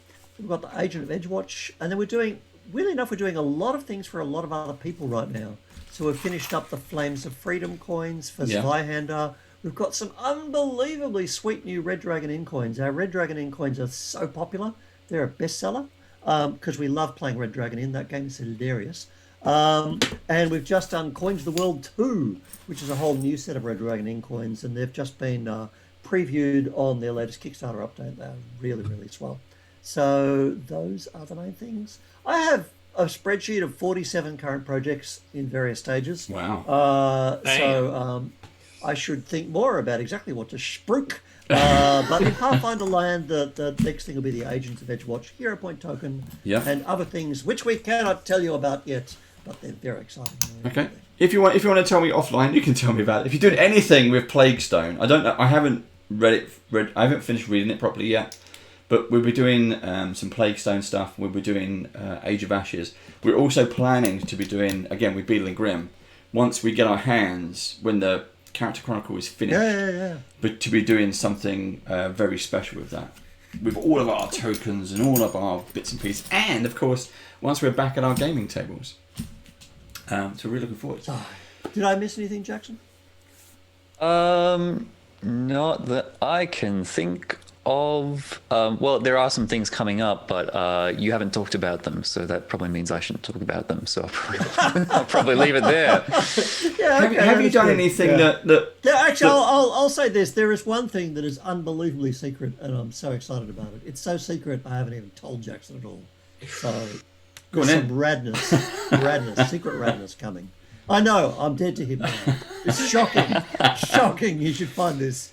What have you said to me the other day? If you want to keep a secret between 3 people, you just have to make sure the other 2 are dead.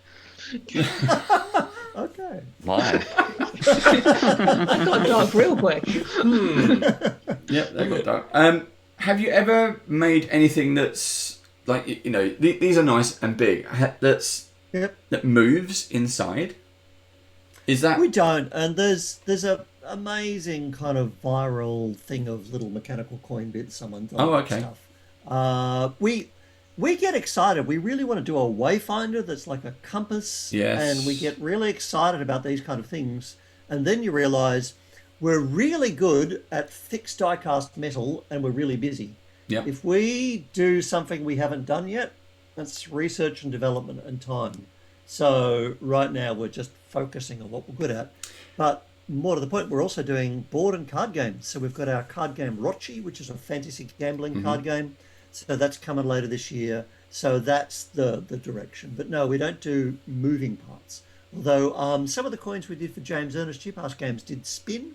They had a little spinner on there. That was the the name's fallen out of my head. It'll come back to me. Nice. And we also do stacking coins. That's our other superpower. I think you had some square Dwarven Tower coins there. Those were our first stackable coins we made for 13th Age, which is a fantastic fantasy role-playing game. It's the Dwarven coins from that world, and they lock in and stack. We made 3 different sizes, but the small ones lock into the medium ones, which lock into each other, which lock into the large ones, which lock into the other ones, because dwarves like to have their gold piled up in very neat towers and stacks. And then, that was a big breakthrough in coin technology, I think it's fair to say. And then we took the same stacking technology and applied it to our acquisitions, incorporated company tokens as well. So that's our superpower as far as tactical tricks go. There you go. And another coin, I think you'll be showing it off, but I love these. These we've been talking about Drew Morrow, who did the Dwarven Tower coins. These are his. These are our life and death tokens. Yeah. So that's the death side, and that's the life side. And these are so much fun for life and death saving throws. Like when you start to rack them up. I've missed one. I've missed 2. Like those little skulls, the tension really mounts. Yeah. And also, these are specifically designed to be used for hidden roll games. Yeah. So they're really fun for traitor team wins and good team wins. Well, you talked about that. The other thing that it was Jackson actually. So when my wife placed her order, you sent a little note with it as well, and you passed over the critical coin. So you get a 20 on one side and a 1 on the other. We kind of owe a lot of our success, I think, to this fantastic design by Lyndon Mills, because we released the original D20 crits or fails coin, which is a 20 on one side and 1 on the other, at the Gen Con when 5e launched, I think it was. Yeah. Have I got that right? Yeah, and then everyone saw them. And actually started out as a medallion, of course. It started as a big kind of metal medallion that we thought, it's a coin as well. And then everyone came to the booth and said, oh, wow, these are the inspiration coins that I've been looking for. We use these for inspiration, but we also used them for hero points when we were playtesting Pathfinder, and we were using them for hero points. But they're also just really great for any kind of rerolls and bonuses to keep track of when you're playing a D20 game. I've used these, actually, in my Avernus game. I've used these as the soul coins. Perfect. Just because the one you get with Billy Grimm is huge, and I can't have everyone around the table having it. They share it, they have a look at it. But it's like this. It's like, nice. You can have you can have one, and then they've got it, and it's still smooth, beautiful, and then on the skull, the eyes are just dipped out, and it's just everything. I love being very tactile around a gaming table, and I love all of these kind of items. So yeah. Keep them coming. The skull was a dice tray as well. Oh, that's cool. Nice. Same skull. Is that a leather interior in that? Leather. Leather. Right. Vegan friendly leather. Right. Steve, did you have any questions? If not, we will get on with the story. We have a big thing to do. Some adventurers to kill. Yep. Let's do this. I'll end up asking a question. We'll go down a rabbit hole for 20 minutes, so we'll go on and we'll do it in the green room. Right. Let me just try something on here first. Keep talking, Steve. I'm sure what Dart was just saying. The D20 crit coin was the first coin they ever bought. I can't stop playing with these, so I've got them.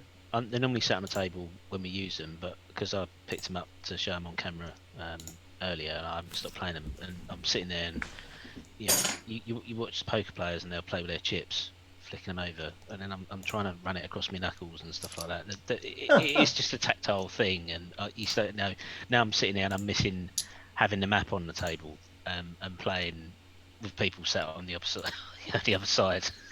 So It'll come back. Nostalgia-inducing. There was a small stooge in chat, actually. Unfiltered Art is a friend of ours who also played in our Pathfinder 2 game last year before we all went our separate ways. Yes, absolutely. So thank you, Art. Thank you for getting up at 8 a.m. in the morning. And they play a fantastic monk. Fantastic monk. We'll get back to that. Monks are a good class. I like monks. Yeah, we've just finished our Tomb of Annihilation game, and I was dual classing as a cleric and a monk. Very, very good. Tabaxi as well, so like movement was insane. Oh my goodness! Did you hit 90 feet? Is that 90 feet for a Tabaxi monk? I think I was at 110. Oh my! That's the story of our Eberron Pathfinder campaign. I had this mad monk, and because I could move 100 feet, I would. So it'd be roll initiative, and I'd run to the villains on the other side of the map, and they'd all beat the shit out of me. Everyone else is still catching up. Which stupid. Which reminds me, everybody. Haste on him as well. Everybody, roll initiative for me, please. Hey! And let's kill some heroes. Yay! I just remembered those scrolls again. No. Right, we go around the table. Rupp. 37. 37. Rupp. Good roll. Tolkus. Goodness. 33 for me. Harrison. I rolled a nat 1, so 23. 23. I'm still not used to these Pathfinder numbers. So Nat 1, 23. Oh my goodness. What is this game? So if you need to, your initiative is your perception. D20 plus your perception. That's right. I remember now. Okay. Elias. 29. 29. They've Yelena. got to make the DCs high as well. 22. 22. Oh no. Oh, real bad. Okay. Falcar. 30.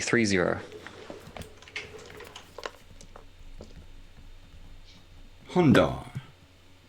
Look. Ooh. Got a dice tray. Oh. All right, a dice made by our friend Linda gives me a 26. A 26. Oh, if we're not quite at its freaking corner, I also have a dice tray. Yes, there it is. That's the D20 crits or fails coin. Nice. Coin design on the dice tray. So who's those are campaign coin dice trays? Yes, Yep. yeah. That's our coin design on a dice tray, and we did that one in the skull, and we did the Pathfinder dice tray and Starfinder dice tray, and all sorts of good stuff.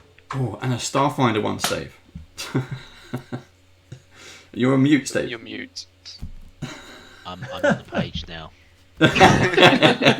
Ching ching. And I'm spreading the love by posting the link into live chat. Cool. Right. So I am going to switch to, hopefully, if this works. Let's see. Ta-da! It's kind of working. Let's try and reshuffle a few people, get them in position. There we go. Mostly working. Okay. I'll be watching along on the Twitch, of course. Yep. I couldn't get into Vorpal. Don't take it the wrong way. I'm just playing with your head. But there we go. So we have the heroes. Tolkus has gone inside the room. Yelena's near the door because she didn't say where she was going. Let's have a looky. Look at that. Yes. Oh my, look at that. Look at all that metal set decorating. That's fantastic. Ooh, I that's love sexy. it. There we go. Harrison, let's put you by the door as well. Elias is flying. That one. And there we go. I'm also flying. You can, if everyone can see that, okay. Looks like you're rocking the axe and shield flying stand then. They are champions. Yeah. So there we go. So for those of you for my players who are on Vorpal board, you can actually zoom in using your mouse. That is fine. But it's just to kind of get there we go. Loads of arrows flying around the screen now. That's just for you. So what happens is the fog starts to get a bit thicker and thicker and thicker. And look, we're going old school. When everyone catches up. Nice! Oh my god, last time I saw that it was coming out of the top of a lemon rust tank. It's probably where I got it from. There's Yelena. Sorry, Yelena, still not painted your one yet. But what happens is, so the door behind you, Yelena and Harrison, shuts. And emblazoned on the door is the 7-sided star with a red crystal in the middle, which starts to pulse very faintly. Okay? Around the rest of the room, you can see the pillars, and you can see the stairs, you can see all the desks, all the paraphernalia that's around, and you can also see Elias and Rupp just kind of stuck in midair. I just want to say, Dave, I am loving the Lazy Susan battle board. This is a game changer. I don't know if I want to rip your style or just reach in with a pair of chopsticks. That is so good. 360! Just blew my mind. That's amazing. I was talking to the guys from Dwarven Forge, and yeah, they were like, "Oh, you could do this." I was like, "Yes, thank you, I can." So yeah, really looking forward to having a play. Anyway, you see this mist coming in. So Harrison.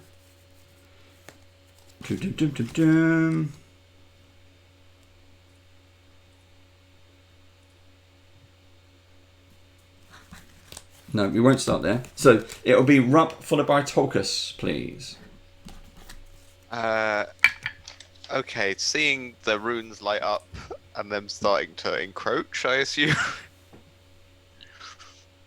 I'll be extremely scared and start casting. What's it called? Come on, the spiritual guardian. And where Harrison Prime will appear. Yeah. Harrison Prime, a stronger, more handsome. What? Version of Harrison will appear in his godly divine form, and strike one of the stone giants. Okay. Oh yeah, the stone giants. Right, we forgot about them. Yeah, So- I was like, where are they? Like, Where are they? There you go. Why did you mention them, Rob? Yeah. There you go. So I haven't painted these yet, so just bear with me because they are big. Right. I got mine Oh here. my goodness. There he is. Hey. So Hundar is at the back. Just Falcar is imagine. closest to the door. Who's who? Who's got the pointy sword and who's pointing? So Falcar is the one with the sword straight up. You don't actually have swords; you have clubs. And Oh, great. the one at the back of the room is Hundar. Rupp, where do you want Harrison Prime to appear? Right next to us. So In the me and air? Prof. Yeah. So he's gonna have little butterfly wings in his back as well that just kind of flap about. Yeah. Where is it? Yeah, near us. Well, at least like, so he's in range of the giant at least. Yep, he's not in range. I can put him over here. Yeah, you can put him. Like, I can cast him wherever. So, Okay, there you go. And he's gonna try and hit. That is a 25 for the first hit. So he's attacking Hundar. No. No. That's better. 37 as he slices with the Ow. other swords. Cool. Not so much. So, that is 13 points of damage. As he slashes across your chest, and then he's going to come back in a defensive pose next to Elias, as he protects him from incoming damage. Okay. And Oi. Rupp is just miming this in the Okay. Tolkus, you're up. Right. Can I move at all with my legs? Or are they just You're like... going to have to do a strength check for me. Right, okay. Yeah, I'm going to try and move 5 feet only towards Mokmurian. Okay. So I will make a strength check, Yep. which is athletics. I'm sure you'll pass. You're super strong. It's 42. Yeah, Jesus. Yep. You manage to get out. You step out of the fog, and straight away you're like, "Oof!" You almost trip forward, just because you've got your body back. Does anybody remember we found that belt of giant strength the other week? Yes, I do remember. Yes. I now have 22 strength. Oh dear. Right, so have I actually left the fog? Yeah. Yes, you stepped out of the fog. So You've almost tripped over. Was almost like 5 feet towards the edge of the fog. Yes. Right, okay. And Mokmurian was 15 feet away from me, wasn't he? Yep. Approximately. So right, okay. So in that same movement, I'm going to assume that it's probably reduced because of the fog. So how much is it reduced by my total movement? You've stepped out. That's it. You've stepped out the fog. That took a whole move. That took it. It took a lot out of you to do it. Yeah, no, that's not a problem. So what I will do is I will do another move to get to him. Mm-hmm. Okay, and then I will strike him with my great axe. Okay. So you're assuming he's over here somewhere. Well, I pinpointed where he was because I've got blind fight. So even if I shut my eyes, I can still pinpoint where he is. So I'll get to him, and assuming he is there, mm-hmm. and he wasn't somehow throwing his voice or something, I'll take a big old swipe in where I think he is. So can I see him when I get to where I think he is? No. Right, so I've got to make a DC 5 check to pinpoint him again. Yep. And it's a 9 on the dice, so that's a pass. Yeah. Because it's a really stupid DC. Don't understand that one. And then I'm going to take a swipe at him, and that hits an armor class of 38. Oh yes. Okay, you hit. You hit something. Right, you hit. And because I've only got one action left, I can only do a normal attack. Yep. Okay, so it's only normal. It's only normal damage, which is actually pretty good. I'll get my maths buddy handy. Right. Human calculators. 4, 5, 6, 7, 28, 20, 29 damage. 29 damage. Cool. Because I now get +6 from strength as well. Okay. And that's the end of my go. Okay. You hit something. You feel your axe tear through something. You don't see any blood. You don't see... There's no cry of pain. But you hit resistance, and then it's back out. But you felt like it was contact. Okay, Falcar, you're up, followed by Elias. So, all right. Falcar, you are... Move me, Dave, if you didn't. I did move you. So Falcar, you are the one with the sword pointed straight up, if you can see that. You have mist out in front of you. And you have... There is Harrison here. There is Yelena there. Or there's Tolkus over here. You've got 3 figures hanging around in the middle of the room. Was that directly in front of me, sorry? This one is Harrison. That's fine with me. That works out great. Let me pull out... earlier. Yeah. You know what? I have a big swing, so I think I'd like to have a big swing at Harrison and see what I can do with that. Okay. I'm gonna make a great club strike and roll a 31. 3-1. That does not hit. Ooh. What? Pathfinder, man. That's outrageous. All right, I'll stand where I am and you can attack so again. The big swing was you can attack 2 a second time. actions. Now, this is my 3rd action, but it's my 2nd attack. So I take the -5 or the -10? -5. Because -5. -5 because it's only my 2nd attack. Perfect. All right, so let's have another go with just a regular great club strike. Backswing. Give yourself +1 because you missed. You've gone out and then you come back the other way. You get +1 after you miss. That's what backswing means. Well, I rolled Go a for it. 5, so it probably won't help. No. So 5 plus 17 is 22. Yeah. Yeah. Nope. All right. It's the cloud of this this rune magic that's working its way into my brain, and maybe I'm just like swinging wildly, club bashing into the walls, sending rubble flying everywhere. Maybe on some level I know that this is a friend, but yeah, I think he's still not long for this world. Elias, followed by Hundar. We think that every week. Harrison Prime just says, you can't even hit secondary Harrison. So I can't move with fly at all. You are you are suspended in the air. Okay. Rup, hold on. I'm gonna try something. Just keep hold of my leg or something. Okay. And with that, I will cast guidance on Rup. So you get +1 for your next action. And with my 2 remaining actions, I will begin the casting. Oh shitbags, no I won't, because that's 1 minute. Operations. That was going to really annoy you then as well. What sort of spell is shitbags, Steve?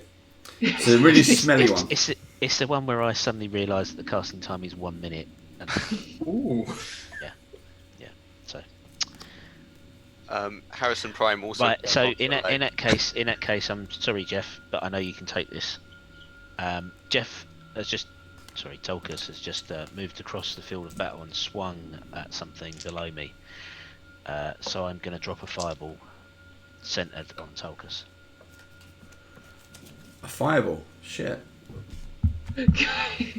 on Tolkus. Okay. On Tolkus. Go for it. Do it now!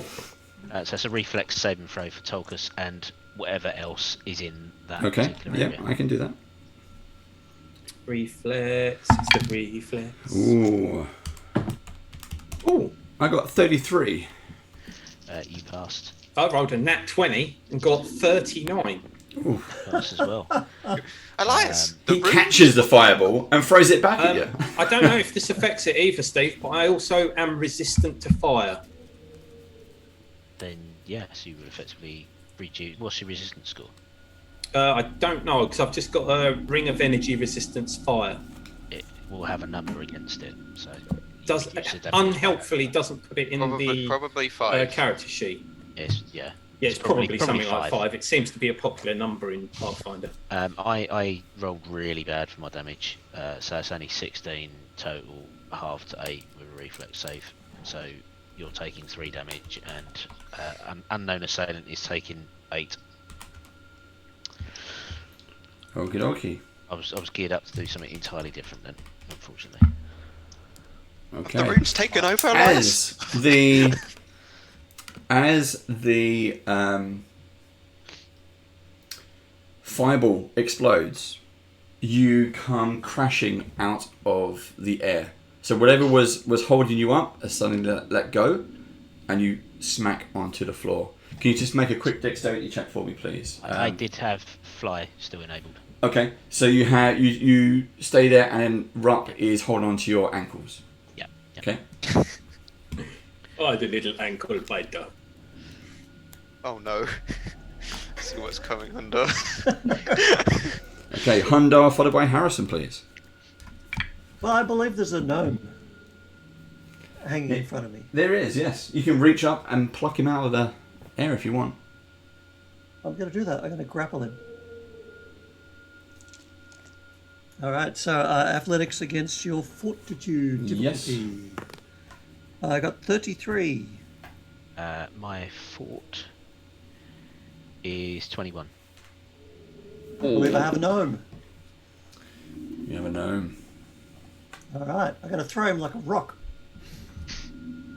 To the other side of the room? Yep. Cool. I'm going to aim at the far wall. And do I get a flying magician for free, or does he hang on? Oh no, I'm the halfling who's he's hanging. I'm hanging off. Oh, my apologies.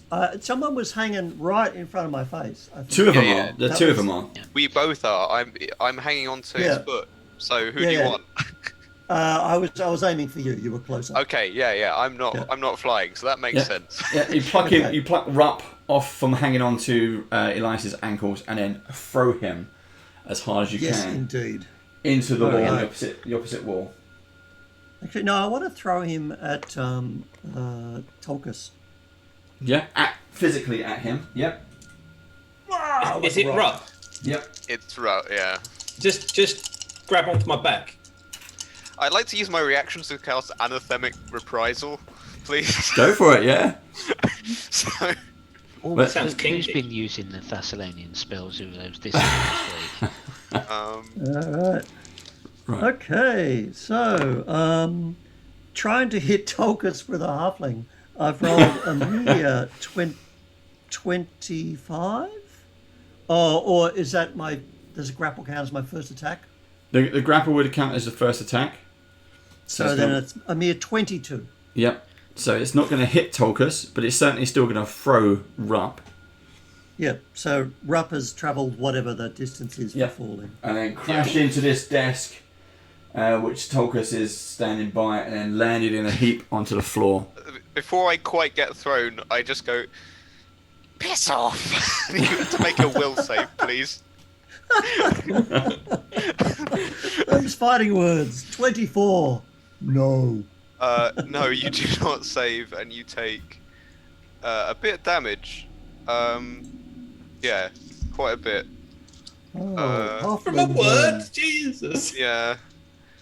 I just figure he put a dagger in the palm and just like slice him.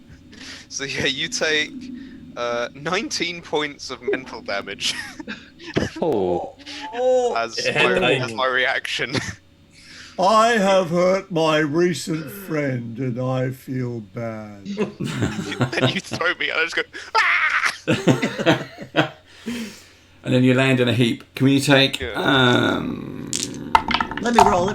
Oh yeah, go for it, yeah. How many d6? All the d6. Ordered, it's 5d6. 5. Kabang. Alright, you take 14. Okay. Cool. And I have an attack left. So I'm going to club that flying fella out of the air. The blue wizard. Yep. Okay, with negative 10. Terrible roll. That's going to be 21. Elias? Steve? Yep. 21. Has he double hit plus. you? No good. No, that's a miss. Sorry, I was reading another spell.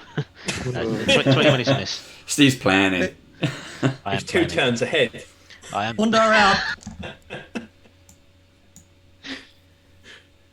So have I ended up next to Tolkus, yeah? Yeah, you Okay. smacked into the floor, but you're at I'm on Tolkus' board, feet. you're up. Okay. I'm in pain.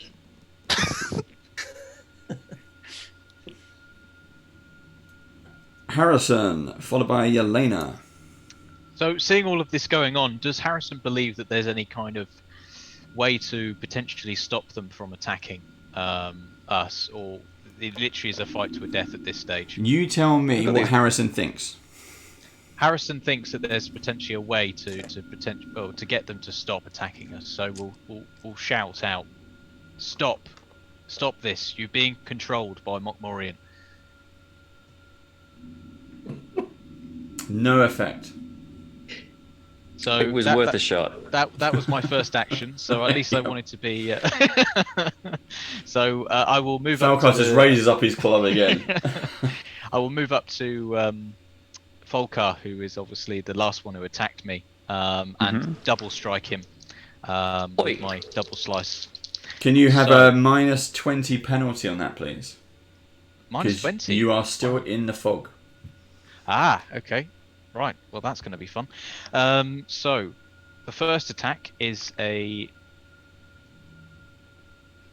Let me Minus give 20, information. your third stuff even hit. I'm not sure. Yeah, I'm going What's to do... the basically, what's the maximum you can roll? minus 5 plus... yeah, it's not going to hit. So you go to attack, and then you realise that all the movement you're trying to do is just getting slowed. It's like the fog is. It's like it's not stopped being water. It's now quicksand. It's getting harder and harder. Whatever you do is ineffective. Yeah. That's because double slice is a double action. I'm done. Unless, of course, that action to shout out was... Okay. So now you realise you've done everything you could. Now you feel the fog starting to push onto your body. It's getting tight. It's getting harder to breathe as it starts to kind of push against your chest. Yelena, what would you like to do? I Don't you have a grappling hook, Harrison? Could use it, yes. Yelena is going to look around at what she can see, which is not a lot if she's in the fog. She's going to put her hand on the wall and cast a little spell called Elemental Form, and turn into take an Earth Elemental form. Ooh, you're gonna turn into an Earth Elemental. Yeah, it's only a medium one. I've got a half painted one, so that's fine. I've It's like the upgraded. gods of fate stepped in for a second there. So you turn Which into an half? Earth Elemental. He's going choose fire, choose fire, choose fire. And as part of that, part of being an Earth Elemental, you can burrow rather than walk across land. Awesome. So I would like to burrow 20 feet towards the sound of the firewall. Because if Elias has cast a firewall, it's fairly reliable there's something there that needs to Yep. be dealt with. Okay. Oh, rock on! Yep, that will get you to about there. You'll see it once you catch up. But yep. Okay. Okay, that is everything I can do. I'm currently burrowing under the ground towards something, which I don't know what. That's it. Okay. That's the first round. You hear Mokmurian called out again, and he says, you can fight my rune slaves, or you can join me. Serve me and my army. I will make you rulers. I will make you rich. I will make you powerful, like those Runelords who came before us. It's not so bad. It's quite good. See? Could be worse. Even my friends agree. I fight for honor. You have no honor, Harrison. I fight for my brother, who died because of this stupid kind of thing that's going on. And you have You no can't brother. pin that on us. Join us, or you will die here today. Oh, Tulkas is going to say back to him, keep talking, you will die quicker. Very well. And then you start to see in the middle of the room, not in exactly in the middle of the room, but over kind of here-ish, near the candlestick and the pillar, a blue sphere, about the size of a football, start to appear in the middle of the room, and it starts to crackle with lightning and starts to expand. And inside you see this huge form, 4 legs, huge jaws, huge bulking body. What would anybody like to do?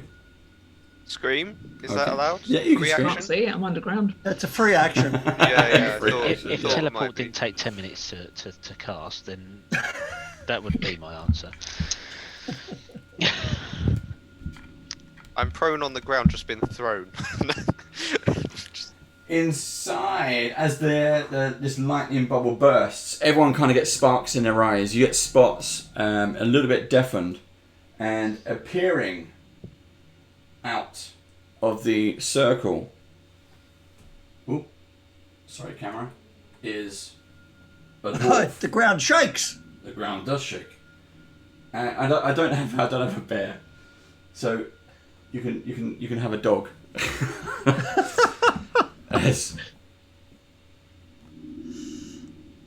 as your friend, Silicon Bear, arrives Hey! Yay! on the scene to help Wait, you. Josh? Reinforcements. What? Hi, Josh. Hello. Yeah. You've arrived. Yeah, I guess so. As the as the magic bubble sort of comes down, Bear's roaring and Silex standing there with his hand crossbow out and his maul axe. Hello, my friends. I'm here to kill the one who killed my brother. and he raises his maul axe up into the air and yells, "For Sigurd! For brother!" Good to see you. Can you roll initiative for me, please, Silik? Yeah. That's not fair. We already started. Okay, that would be a 25. 25. Okay, thank you. Maybe they count as substitutes. Okay, Rupp, you're up, followed by Tolkus. Oh, holy moly. Okay. Right, the Harrison next to Elias will again take a kind of defensive action around him and just say, "Are you ready to rumble?"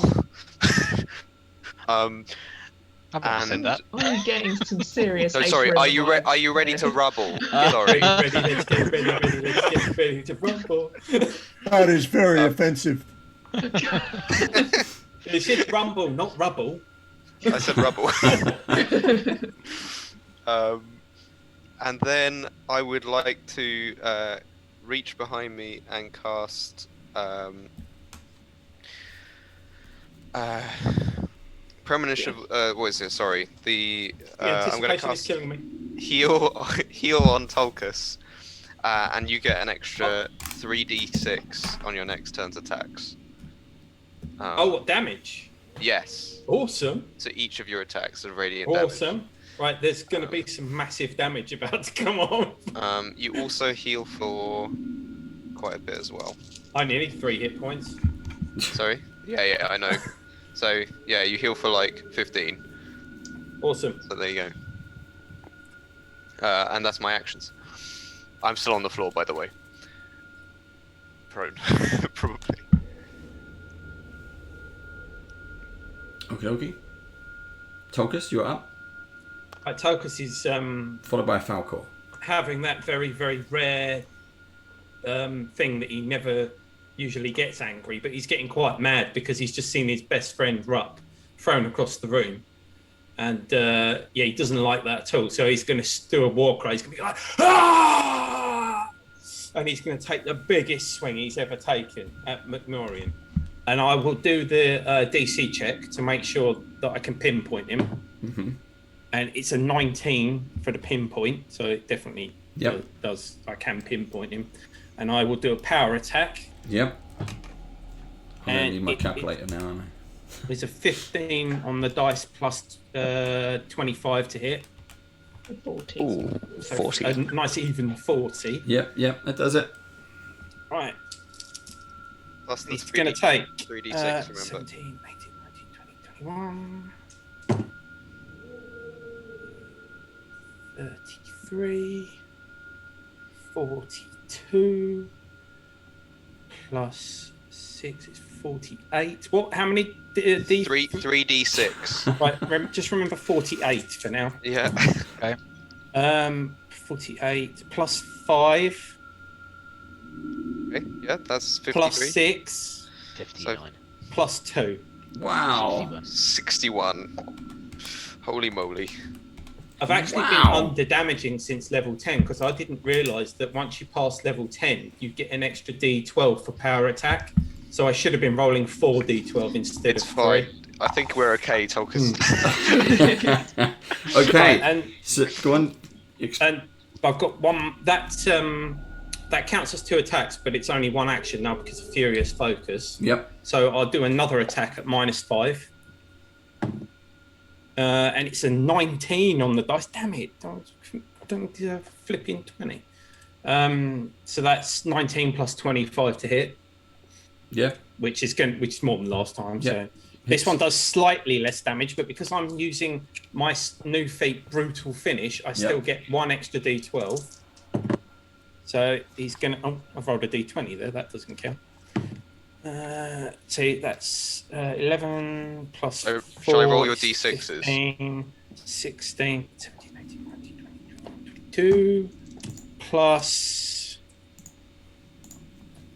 24, plus 4 is 26, plus 3 is 29, plus 6 is 35. So that's 35 damage with the second hit. That's With 96 damage so with far. the 3d6. Yeah, with the 3d6. Okay. And I've got one action left, so I can attack again, but without any feats or anything like that. So it's just a normal attack, and it's a natural 20. Oh, you! I get to see the Nice. little shield Nice. for once. Shame it's only a normal attack, but never mind. Oh, it's quite good. It's 11 plus 6 is 17. Plus 2 is 19. Plus 6 for strength. Holy moly, what is happening to this man? 25. Plus, was it 3d6, yeah? Yeah. It was all attacks, mate. Good 25, question. What 26, is 27, happening 28, to this man? 29, 30, 31, 32, 33, 34, This was- 35. 35 damage doubled. So 70. Is that 70? Yeah. Yeah, 35 times 2. 166 points of damage. Yeah, He's wow. still alive. I hope so. Of course he is. Okay, so you managed to do massive damage. What exactly have you been doing to him? Right, the first one was a massive down swipe, and then my trademark twist of the hilt to make the axe face the other way, and it's a back up again. Yep. And then the third one was a great big side swipe across the middle. And how tall are you, Tolkus? 6'4". Okay. So, all of those hit very, very well. You feel the resistance as it tears through him, and then with the final swing, you hear him cry in pain, and he loses concentration. He appears directly in front of you. Now, ignore the size of the mini. He's only actually about 10 foot tall. Oh, so I was hitting proper meaty bits the whole time. I was just reading a message. Dragon's Fire saying we can't see Harrison. Or Rup. Yeah. You can see Rup's eyes. Big Rup. It's because we changed the camera. And then all the fog as well disappears. Oh, fog's gone. Yeah.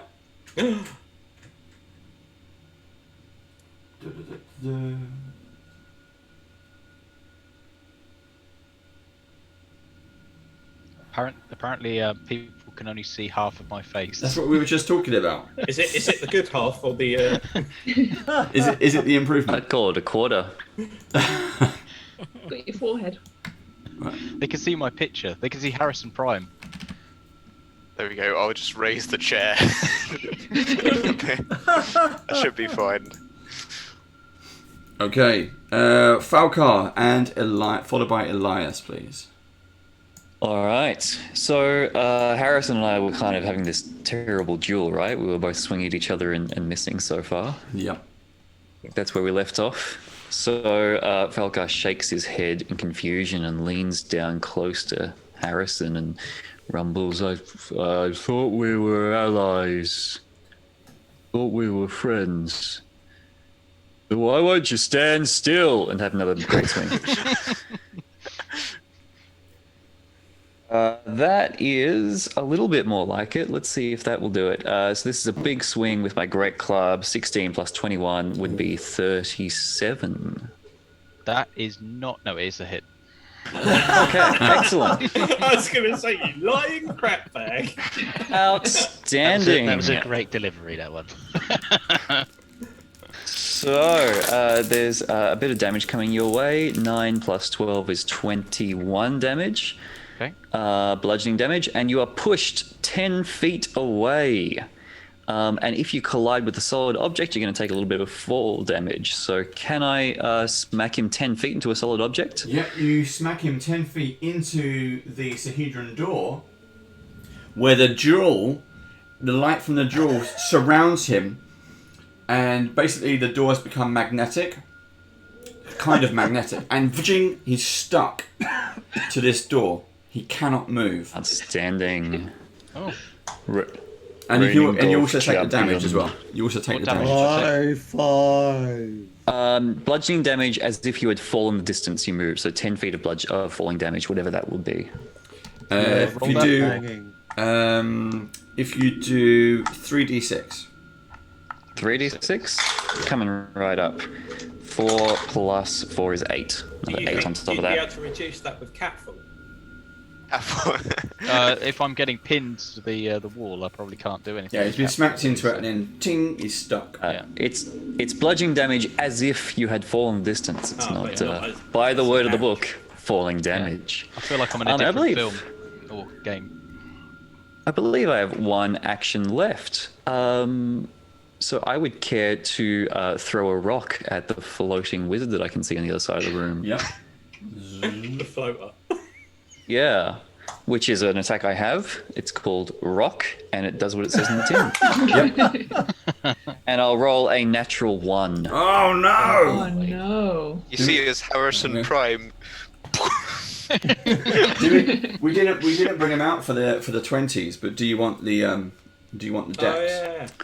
Oh yeah. I would be delighted if it's not too much trouble. So natural 1, yeah. A natural 1. Let's do this. Okay. Natural 1. It is Don't a ranged hit weapon. Don't hit nearest friend. Don't hit nearest friend. Don't hit nearest friend. If you made a throw attack, you instead throw an object from your gear.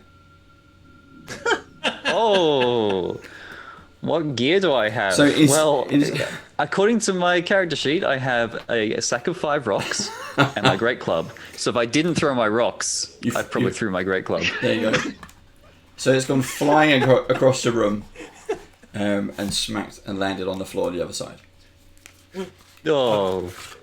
Quickly, say that's quite exactly meant to do it.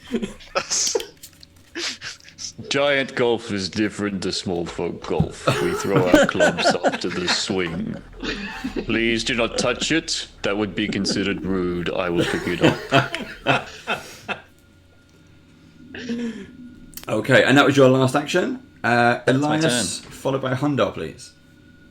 Okay, so there's this huge great axe on the floor at the moment, unattended.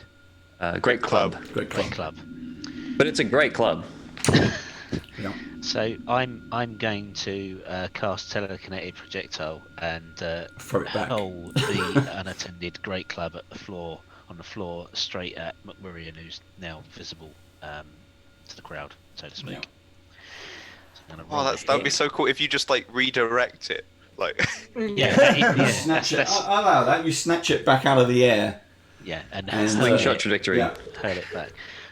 So I only rolled a 9, so I'm not going to chance on whether that hits or not, because that's only a 29. So I'm going to pull out my campaign hero point. Woo! Hey! At least I'm not using it at you. That would be the height of rudeness. That's better. That's a 32 to hit. Yeah, it hits. Okay, so this is doing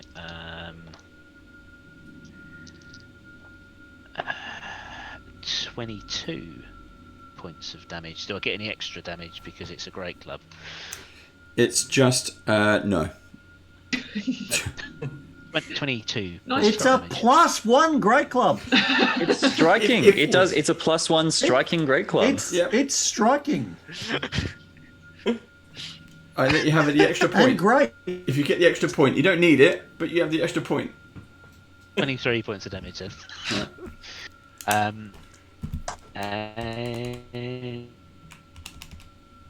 Yep. I will then use shield on me, please. You cast shield on yourself.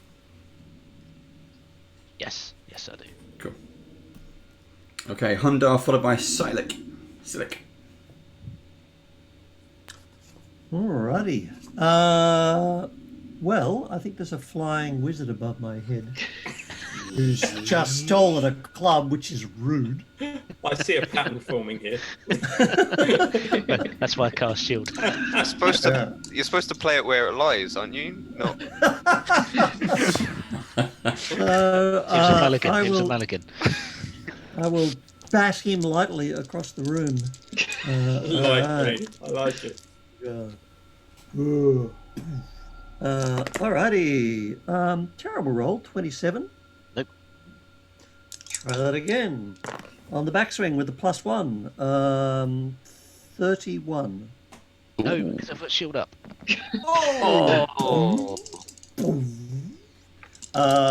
Okay, and on the backswing again. No, 28. No. Oh, wow. Just can't. It's like swing ball. You just Buzzing can't hit it. around. It's like the world's worst blue ball. Yeah. So who else is up there? Because I'm giving you the stink eye now. Harrison Prime, my ghost of. Ghost of Harrison. Past. Ghost of Harrison Past. Yeah. Okay, done. Okay, Silek, you're up. You're in a room. Now from- There are 3 stone giants in here. Okay, now from Silek's perspective, him and Bear have just blasted into this room. There's 3 stone giants. We've got people up in the air. Mm-hmm.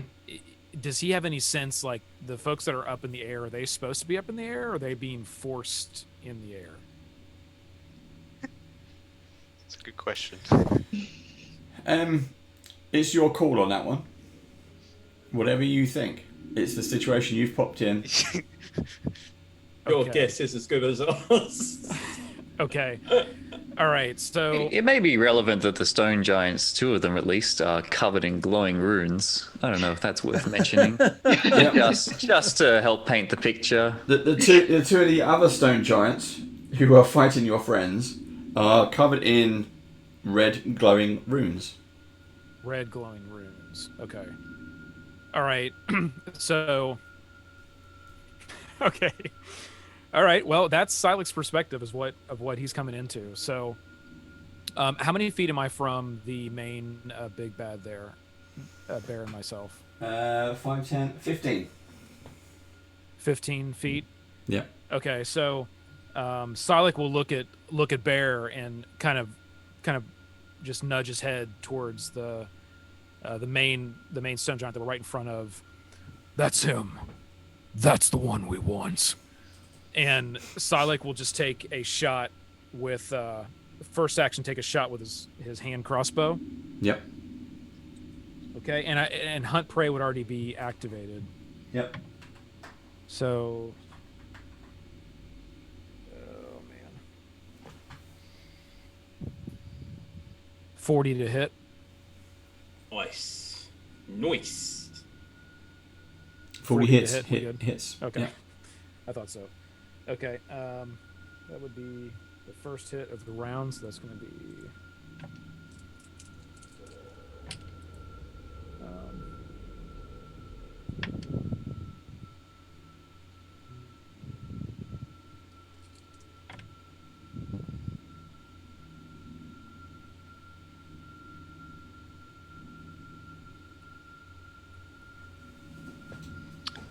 Maths.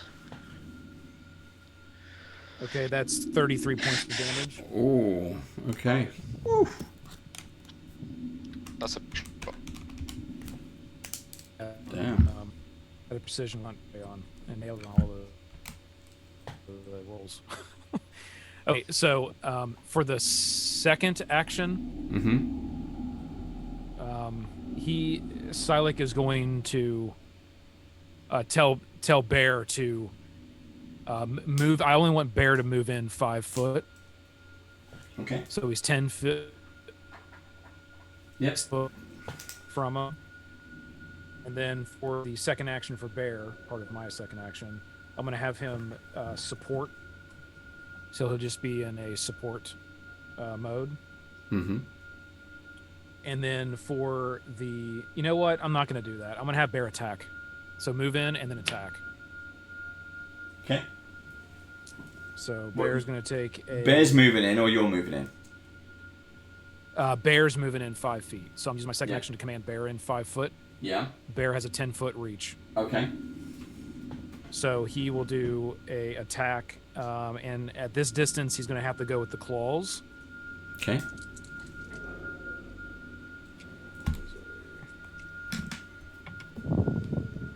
Ooh, that might not have hit. 21.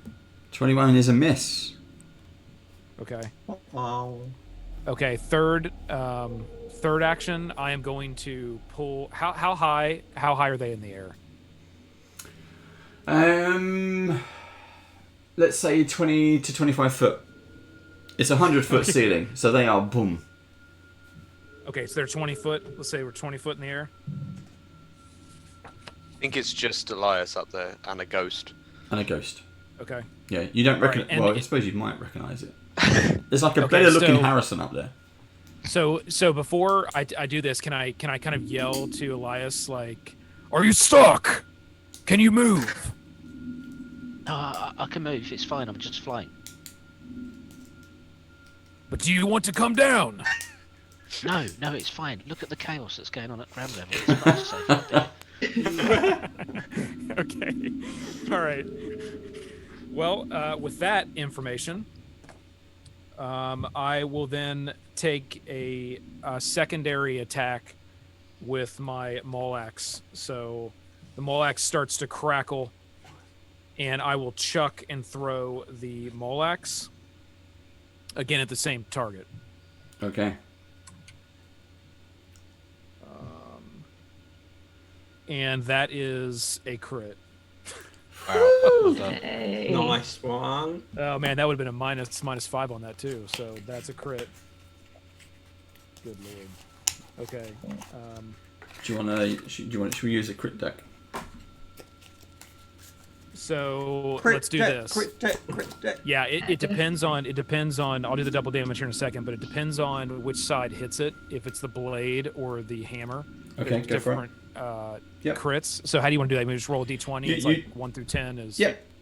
Go for it. Okay, 1 through 10 is the blade. 11 through 20 is the hammer.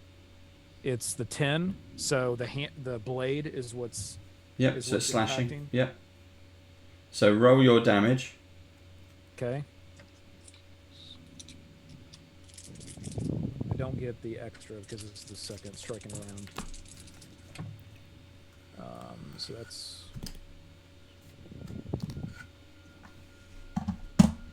So 18 points of damage. Then I would get another 1d6, and that's the double. So 18 points of damage is the crit. Another d6 for the lightning damage, which is 5. Yep. So 23. Yep. 12 points of damage. Okay. Plus, And then the critical. your critical, the critical bit is it's normal damage, but the crit effect is the target takes 1d4 persistent bleed damage.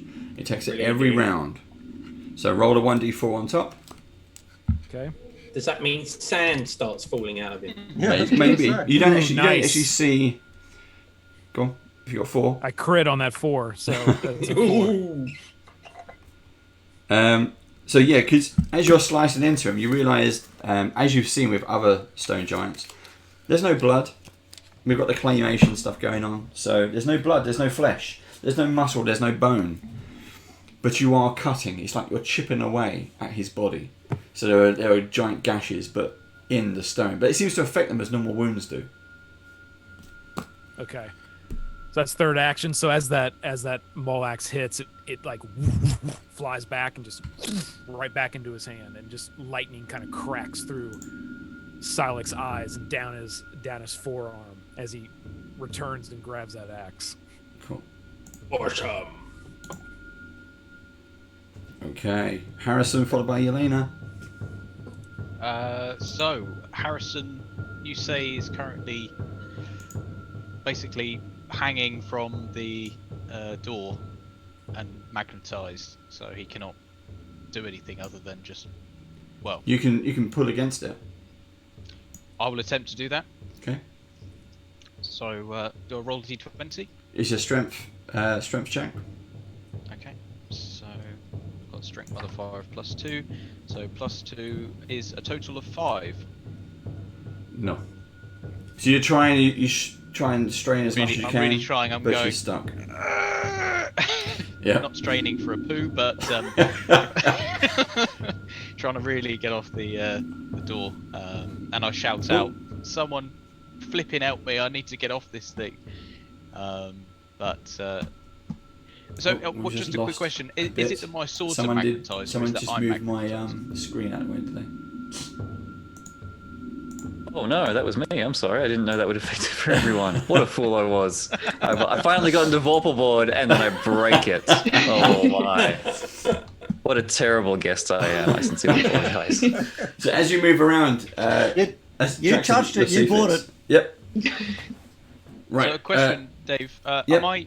Is it that my swords are magnetized or I'm magnetized? You are magnetized. You're also covered in a faint red glow from the gem that's now sort of digging into your back. Okay, fine. Yeah. So even if I released my swords, I still would be magnetized. Okay, that's Yeah. fine. So I'll just spend the entire turn just being Magnetized. to this Yep. door. Yelena. Yelena is still burrowing. She wants to Yep. peek her head up and have a look, see how close she is. Okay. So you're burrowing along. Everyone can see this kind of mole tunnel going along. You poke your head up, Yep. and now Falcar can play whack-a-mole. No. No club. I've seen. Oh, yeah, no I guess club. I can see. There's no fog anymore. No, there's no fog. You're pretty much halfway. You can see, weirdly, you can see a giant bear, a dwarf that looks like Silik, and Rupp is picking himself off the floor. Tolkus is fighting a stone giant. Now this stone giant is not as big as the others. He's only about 10 foot. He's kind of a runt. He's not as big and powerful looking as the other two. I would like to continue moving 20 foot forward towards him. Okay. If I'm burrowing, then I assume I can go underneath the You stuff. can go underneath rather one, than yeah. going Who do you around. want to go? What do you want to do? What do you want to do? Talk to me. Can I Talk get to in me. behind him? Behind Is there him? enough space Yes. for me? We Cool. can make space, yeah. There you go. Boom. And once I'm behind him, or once I think I'm behind him, I pop up, which is one action. Yeah. The movement and popping up, and then I would like to punch him. Cool. With my earthy fists. What do I add? The earth starts to coalesce around the fist. So you burst out of the ground, and all the earth is turned into one big ball on an arm. Does a 29 hit? Boom. No, it does not. Doesn't hit. Well, it's a new form. I'm not quite used to it. But I'm going to try another. You smash one of the desks next door, and all his books and papers and paraphernalia just spills out across the room. But you do not hit him. That went out of the box. Anything no, that else? is not going to hit. That was a 6 on the dice. That is not going to hit. But I'm standing behind him now. You are. Okay, so next round you hear Mokmurian as he's looking at Tolkus, quite actually now worried on his face. You should not be able to do that. What kind of weapons do you have, boy? You're going to get a real close look at it again in a minute. And Harrison, you feel the gem that's in the back of your spine starts to burn and get hot. That 29, 34 points of damage. Wow. As it starts to burn through your armor. Hot. Mokmurian is going to, first of all, he's going to try and hit Tolkus. He also has a club.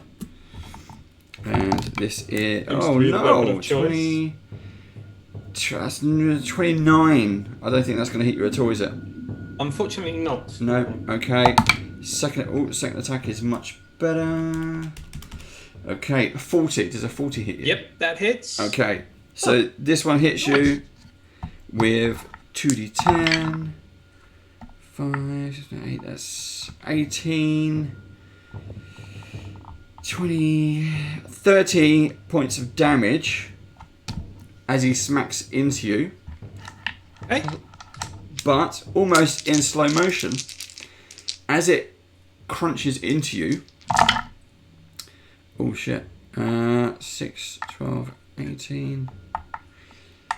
The blood that comes out of the wounds, almost in slow motion, starts to flow out of your body and into him. That's a 22 points of additional damage, please. Yep.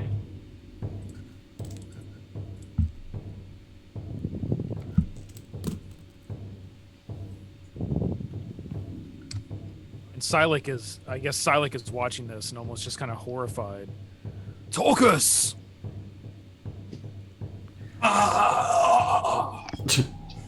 You've just made me even more angry now. Okay, it's Rupp followed by Tolkus. Rupp seeing Harrison really in trouble right now, or not seeing as he's behind a bookcase, but he's crying for help as per. What is behind me right now? A Tolkus and a desk. It's a desk, yeah? Yeah, that's a table, a desk. You're in front of him. Okay. So you have Tolkus behind you. You have a stone giant in front of you. You have a desk, and now you have an earth elemental that's just burst out the ground. Yeah. Okay, I would like to try and, as I'm on the floor already, crawl under the desk. As in crawl beyond the desk. Yep, crawl the other side. Get up and run towards Harrison. Okay. How much movement do you want to use? I have 30 feet of movement. Okay. Oop, sorry. Boom. Can I get within touching distance or not? Yes, you can. And you've just kind of almost go between the legs of Falcor, because he's over here. I just try and dip and dive as he's focused on Harrison. Don't mind me, no, it's fine. And then I'm going to try and cast Freedom of Movement on Harrison. Okay, good shout. I'm just going, Harrison. Okay, wait a sec. I remember something. And then just cast a. Come on, please help. And then just try and cast Freedom of Movement on him and try and break him free of this magnetic hold. So that. I don't know if it'll work, but it means that when they attempt to escape an effect that has them immobilized, grabbed, restrained, they automatically succeed unless the effect is of a higher level than the Freedom Movement spell. Okay. You cast a spell, and Harrison comes off the door.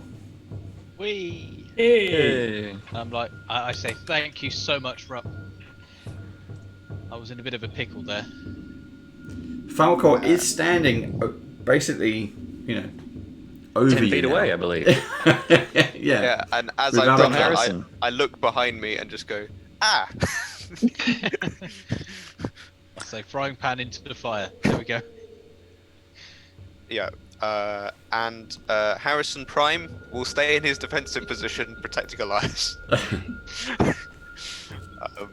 Tolkus, you're up. Tolkus is even more steaming now than he was before. So he's going to take a massive swipe, a power attack at the what's his name again? Mokmurian. Yeah, that's the one. Right. And Rude. that hits an armor class of 38. Does that hit? Ooh, that does hit. Well done. Right, so he is going to take. You should not be this powerful. 18, Is that the DM speaking? You should not be this powerful. 40.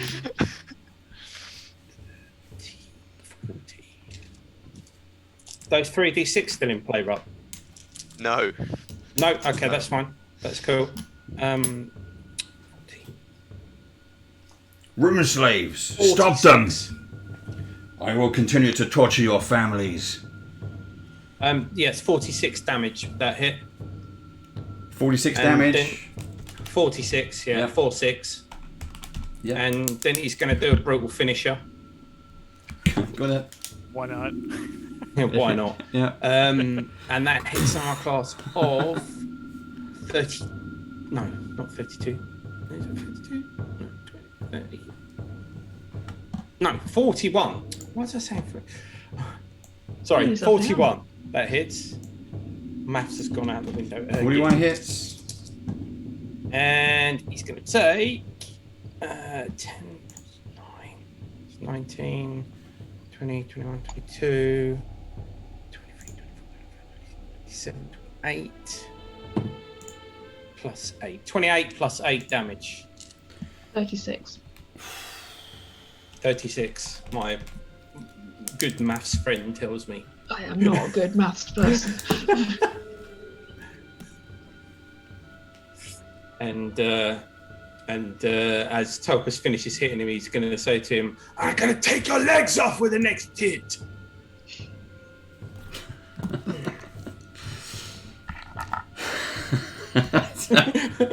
Right, okay. Falcor, you're up. Again. Oh my goodness. Fantastic. What was where was the last time I saw my great club? Where's that these days? That's now been smacked over to Mokmurian. It's just laying on the floor over there. All right. I'm inclined to wander over and pick it up because I don't think anyone's going to stop me.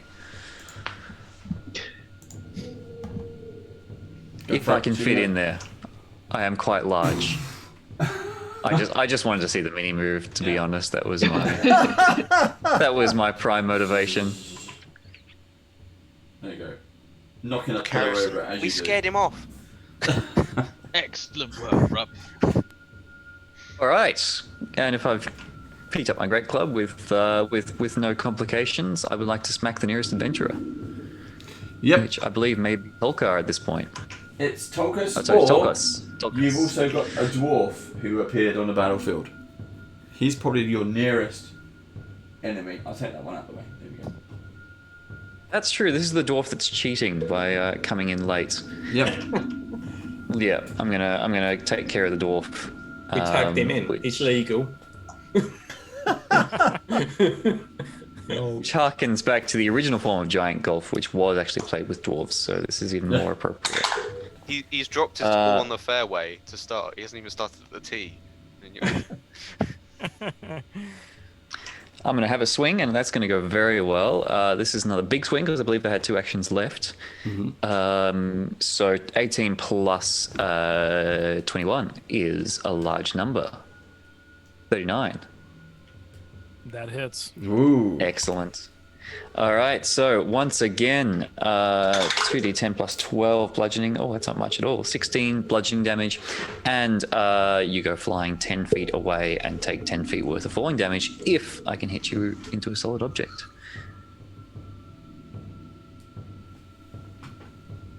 Yeah. He goes flying across the room into the pillar opposite. Outstanding. Another magnetic pillar by chance? No, I wish it was. Just asking for a friend. I wish it was. All right. So, clearing the room for Mokmurian, I'll turn to him and say, "One out the way, boss." Okay, so how much total damage was that? You said 16 plus another 10? 16 bludgeoning plus whatever was 10 falling damage. Was that 3d6? From memory? Yep. Fantastic. So 16 plus 7 is 23 bludgeoning total, all up. Enjoy that. You got any more actions left? No, I think the move was my first action, and then my big swing is a 2-action activity. Elias followed by Hundar, please.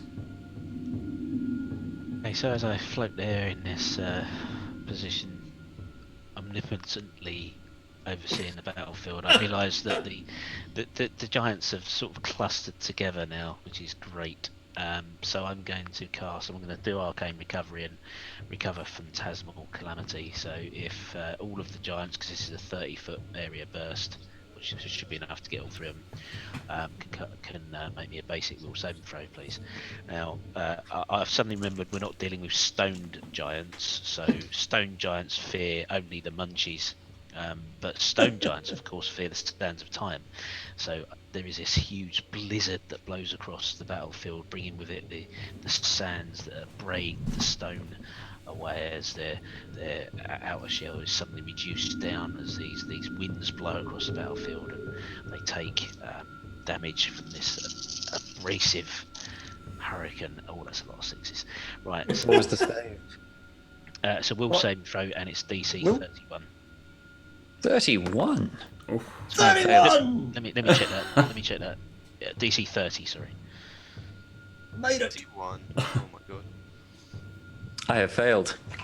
Okay, so you are mesmerized by this illusion of this Ooh. wind, and your legs suddenly disappear from underneath you, and you are now stunned for the next round. You have stunned 1 as your status. Mhm. And you also take so that's 38, 42, 46, 48, 49 points of damage.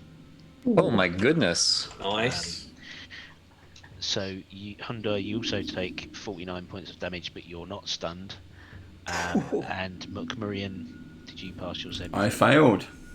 So you are also stunned as your Stone legs or give way beneath you as your ankles and feet Does that mean disappear he away gets in the one less plane. action point, right? Or Yeah. is it? One less action per turn. Yep. And you said how much damage was it? 48. 49. 49. Damage. Nice damage. Is there any Good hit, chance that Elias. this kind of psychic attack Yes, psychic affects damage, the yes. runes that's glowing on me right now? Is it going to shake those wires loose? So you see the sand start to swirl around Mokmurian as your spell starts to enact into it. And as the sands start to erase his legs, he looks into his like pouch and he brings out this blue metal looking ball and he crushes it in his hands. And the blue magic starts to come out and swirl around and mixes with the rest of the sand. But then he has a horrified look on his face, as if something is going wrong, and the sand continues to swirl around. Everyone in range, so that's Falcar, Silik, Bear, Tolkus, and Yelena, can you all take 76 points of damage, please. Me too. As the sand continues to eat away at your bodies and your skin. And Mokmurian shouts out, you may have stopped my plans here. But you will see me again. As his entire body starts to kind of get eaten by this magic sand. And then he just literally, as he disappears, the sand starts to just fall to the ground. And the blue magic fades away, just leaving sand, bits of rock on the floor. Chicken. As Mokmurian disappears, Falcor is lying on the floor. He has no legs. To him, he has no To legs. him. It's his illusion. Yeah, he has the damage. And to Hundar, as you see Mokmurian disappear, it's almost as if you snap back to normal. As normal as Hundar is. Alright, so I actually am reaching for Elias. That was my plan, to like grab him out of the air, so I'm reaching for you.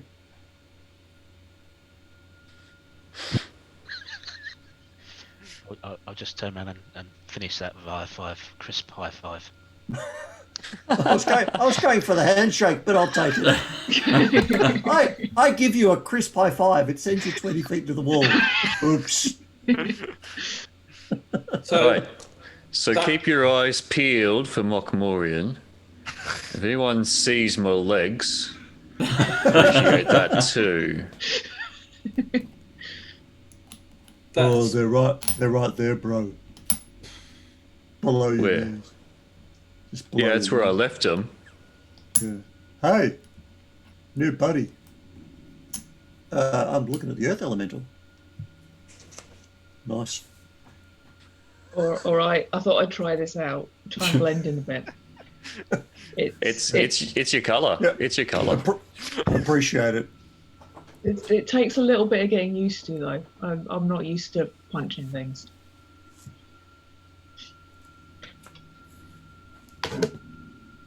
It's like, Anyone hurt? yep. Quite a bit. I don't know how it happened, but yeah, legs. Yeah, memory loss, eh? Oh. It happened again. You know the smooth boulder? That explains a lot. Yeah. A little worse for wear, Rup. Yeah, I think everyone is. Seems like. Well, did the blast cause like energy to erupt out, right? I wasn't caught in it, but I think there's a few of us. Yeah, it was only people in that area. Silas, is that you? It is. I'm hurt. Bear. How is you? How are you doing, Bear? I guess Bear was in this blast radius as well, right? Yeah.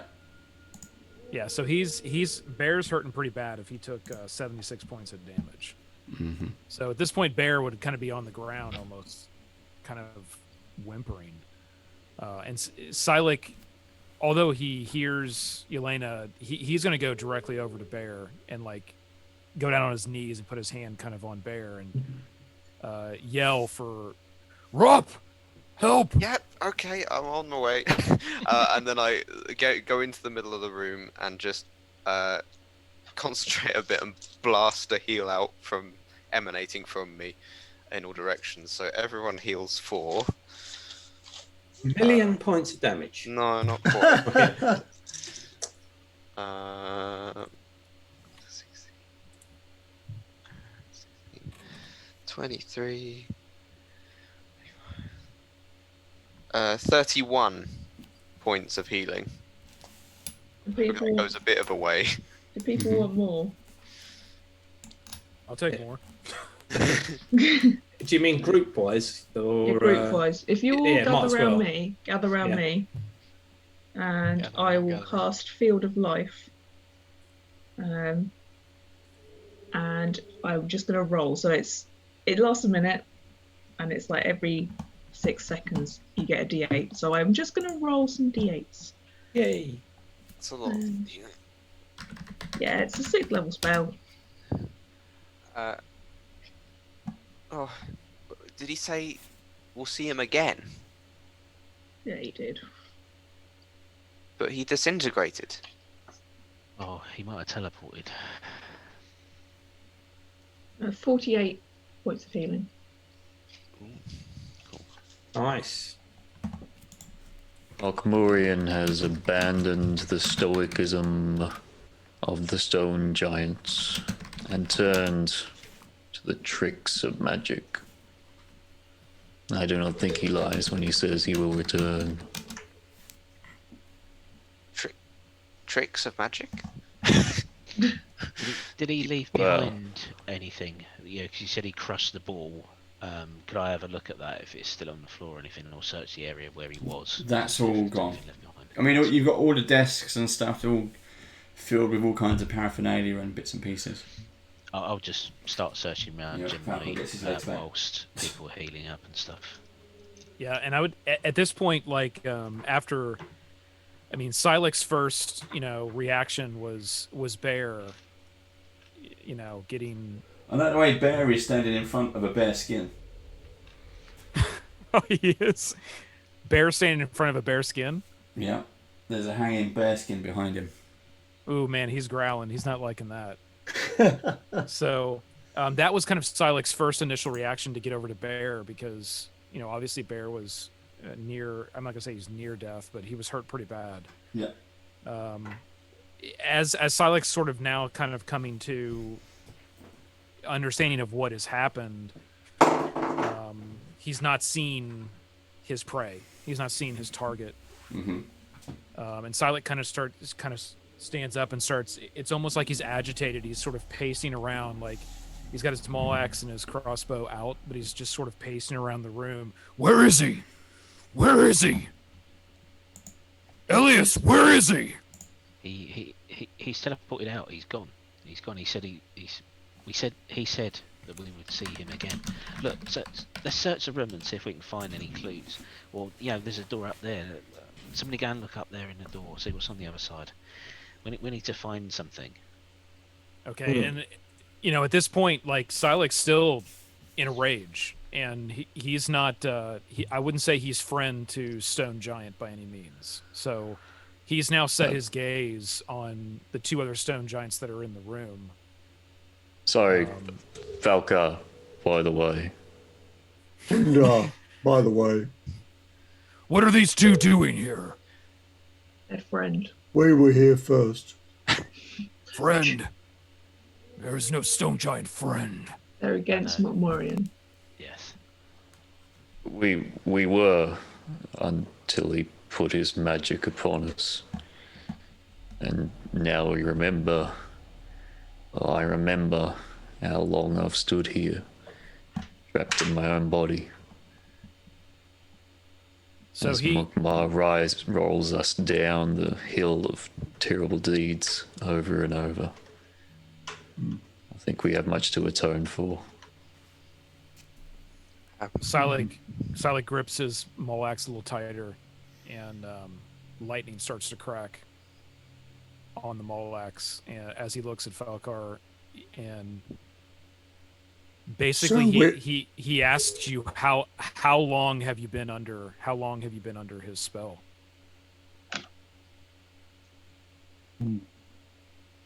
A very long time. We don't know. But we cool. I stand between Silik and the giants. And just go, these are friendly, we can learn from this. They're runes, maybe we can decipher them. Or disable them. Or disable them. Obviously, there's something wrong. They're not right. But you can learn from our runes to save others under the same spell. They may be boring, but they're quite nice. Were you there? Were you there with my brother Sigar? 20 years ago, were you there? We could have been, but the river of time has worn our memories smooth. Dave, while they're all talking, they haven't noticed that Tolkien hasn't said a word since it happened. And I'm just going to walk slowly up the stairs. And then when I get to the top of the stairs, I face the door and I just unleash all hell on it, like kicking it and punching it and hitting it with my axe and screaming like at the top of my face. Ah! Until there's nothing left of the door. You utterly destroy the door. That is perfectly fine. On the other side of the door, however, the corridor has completely caved in. It is just literally, the parts of these tunnels were all caved in already. This was a door that never went anywhere. It's not like. So I'll turn around and just shout down to the others, "Dead end!" and come back down. Look, we need to find where Mokmurian has disappeared to. We need to find what he was up to and what all these foundation stones from Sandpoint were about. Why did he descend with the Giants' army on Sandpoint? The information must be here. Silik, if you want to find Mokmurian, these Giants, whether they're under Mokmurian's control or not, it's still Mokmurian that is at fault for what happened to your brother. Help me find what we are looking for so we can go after Mokmurian. These two are almost innocent pawns in this. No matter what deeds they've done, they did at the behest of Mokmurian. Hope one day I will be a rook. Cher and I will decide their fate when Mokmurian falls. Angry one, you should listen to that wise one. She is wise like Connor. She knows the ways of the earth. Ask her opinion. Listen more than you talk. Good What do advice. you say, group? Where do we stand? Hold your fire silent. The floor. The one you really want is Mokmurian. Elias, is there any way we could trace him? Yes. We can stalk him down. Do we have anything? Is there anything here left? Yeah, let's do a thorough search. I did a 22 on my search. Do I uncover anything? Looking around, you find all kinds of paraphernalia. You find a huge treasure chest as well, with loads of bits and pieces in there. But you also find a piece of information that looks quite useful. Or until it did, until it covered up all my player characters. Let's try that one. There we go. You find a roughly drawn map of the area that you have come to know, and some notes scribbled on that. But there's the map, and Sandpoint is circled again. It says here, Hellstorm Flumerines, and that the foundation stones from each would know where the traitor Alicia dwelt, and perhaps where he hid his key to the rune forge. This is information we haven't had before. It may explain why Mokmurian attacked Sandpoint, or well, maybe that's where he's going now. Bear and Silek. Silek, you said you could track him. Is that how you came here? Do you know where he is now? I'm not sure where he went to, but we can try to track him to the Sandpoint. You say it's the Sandpoint is where he is. It may be where he's gone. Certainly this map has got Sandpoint circled again and mentions the foundation stones, which we traced here, but something called the Hellstorm Flumerines. I don't know. Well, Bear and I can get us to Sandpoint, if that's where we want to go. Once we get close, we'll start the hunt. I can get us on the way. We can use Shadow Walk to get part of the way there. I suggest we rest up away from this location. There's still a lot of stone giants around this area, and then they're all aligned with Connor and Hundar and Falkar. I suggest we make our exit, allow Connor to maybe get some of the younger stone giants back under control, and leave stone giant business to stone giants. We get away, we rest up, we heal, and then we can teleport the rest of the way to Sandpoint. Maybe take some time to plan. We will make sure that our clan knows that Mokmurian is our enemy, and you are our friends. If you're going to teleport us in, make sure we're at least a quarter mile out. We'll get on our way with Shadow Walk first, and like I say, I need to rest up, and many of us have taken wounds, so we can do a bit of rest and some time to plan. Master Elias, what happened to me and the door? That seems like there's a strange sensation I've never seen before, being magnetized, it seems, to a door. I don't know, is the honest answer. It's not one of my spells. Maybe it's more akin to Rup's School of Magic. He seemed to be able to free you, so maybe it's an antithesis of one of his spells. Speaking of which, are we still locked in? Go try the door.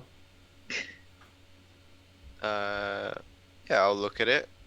Okay.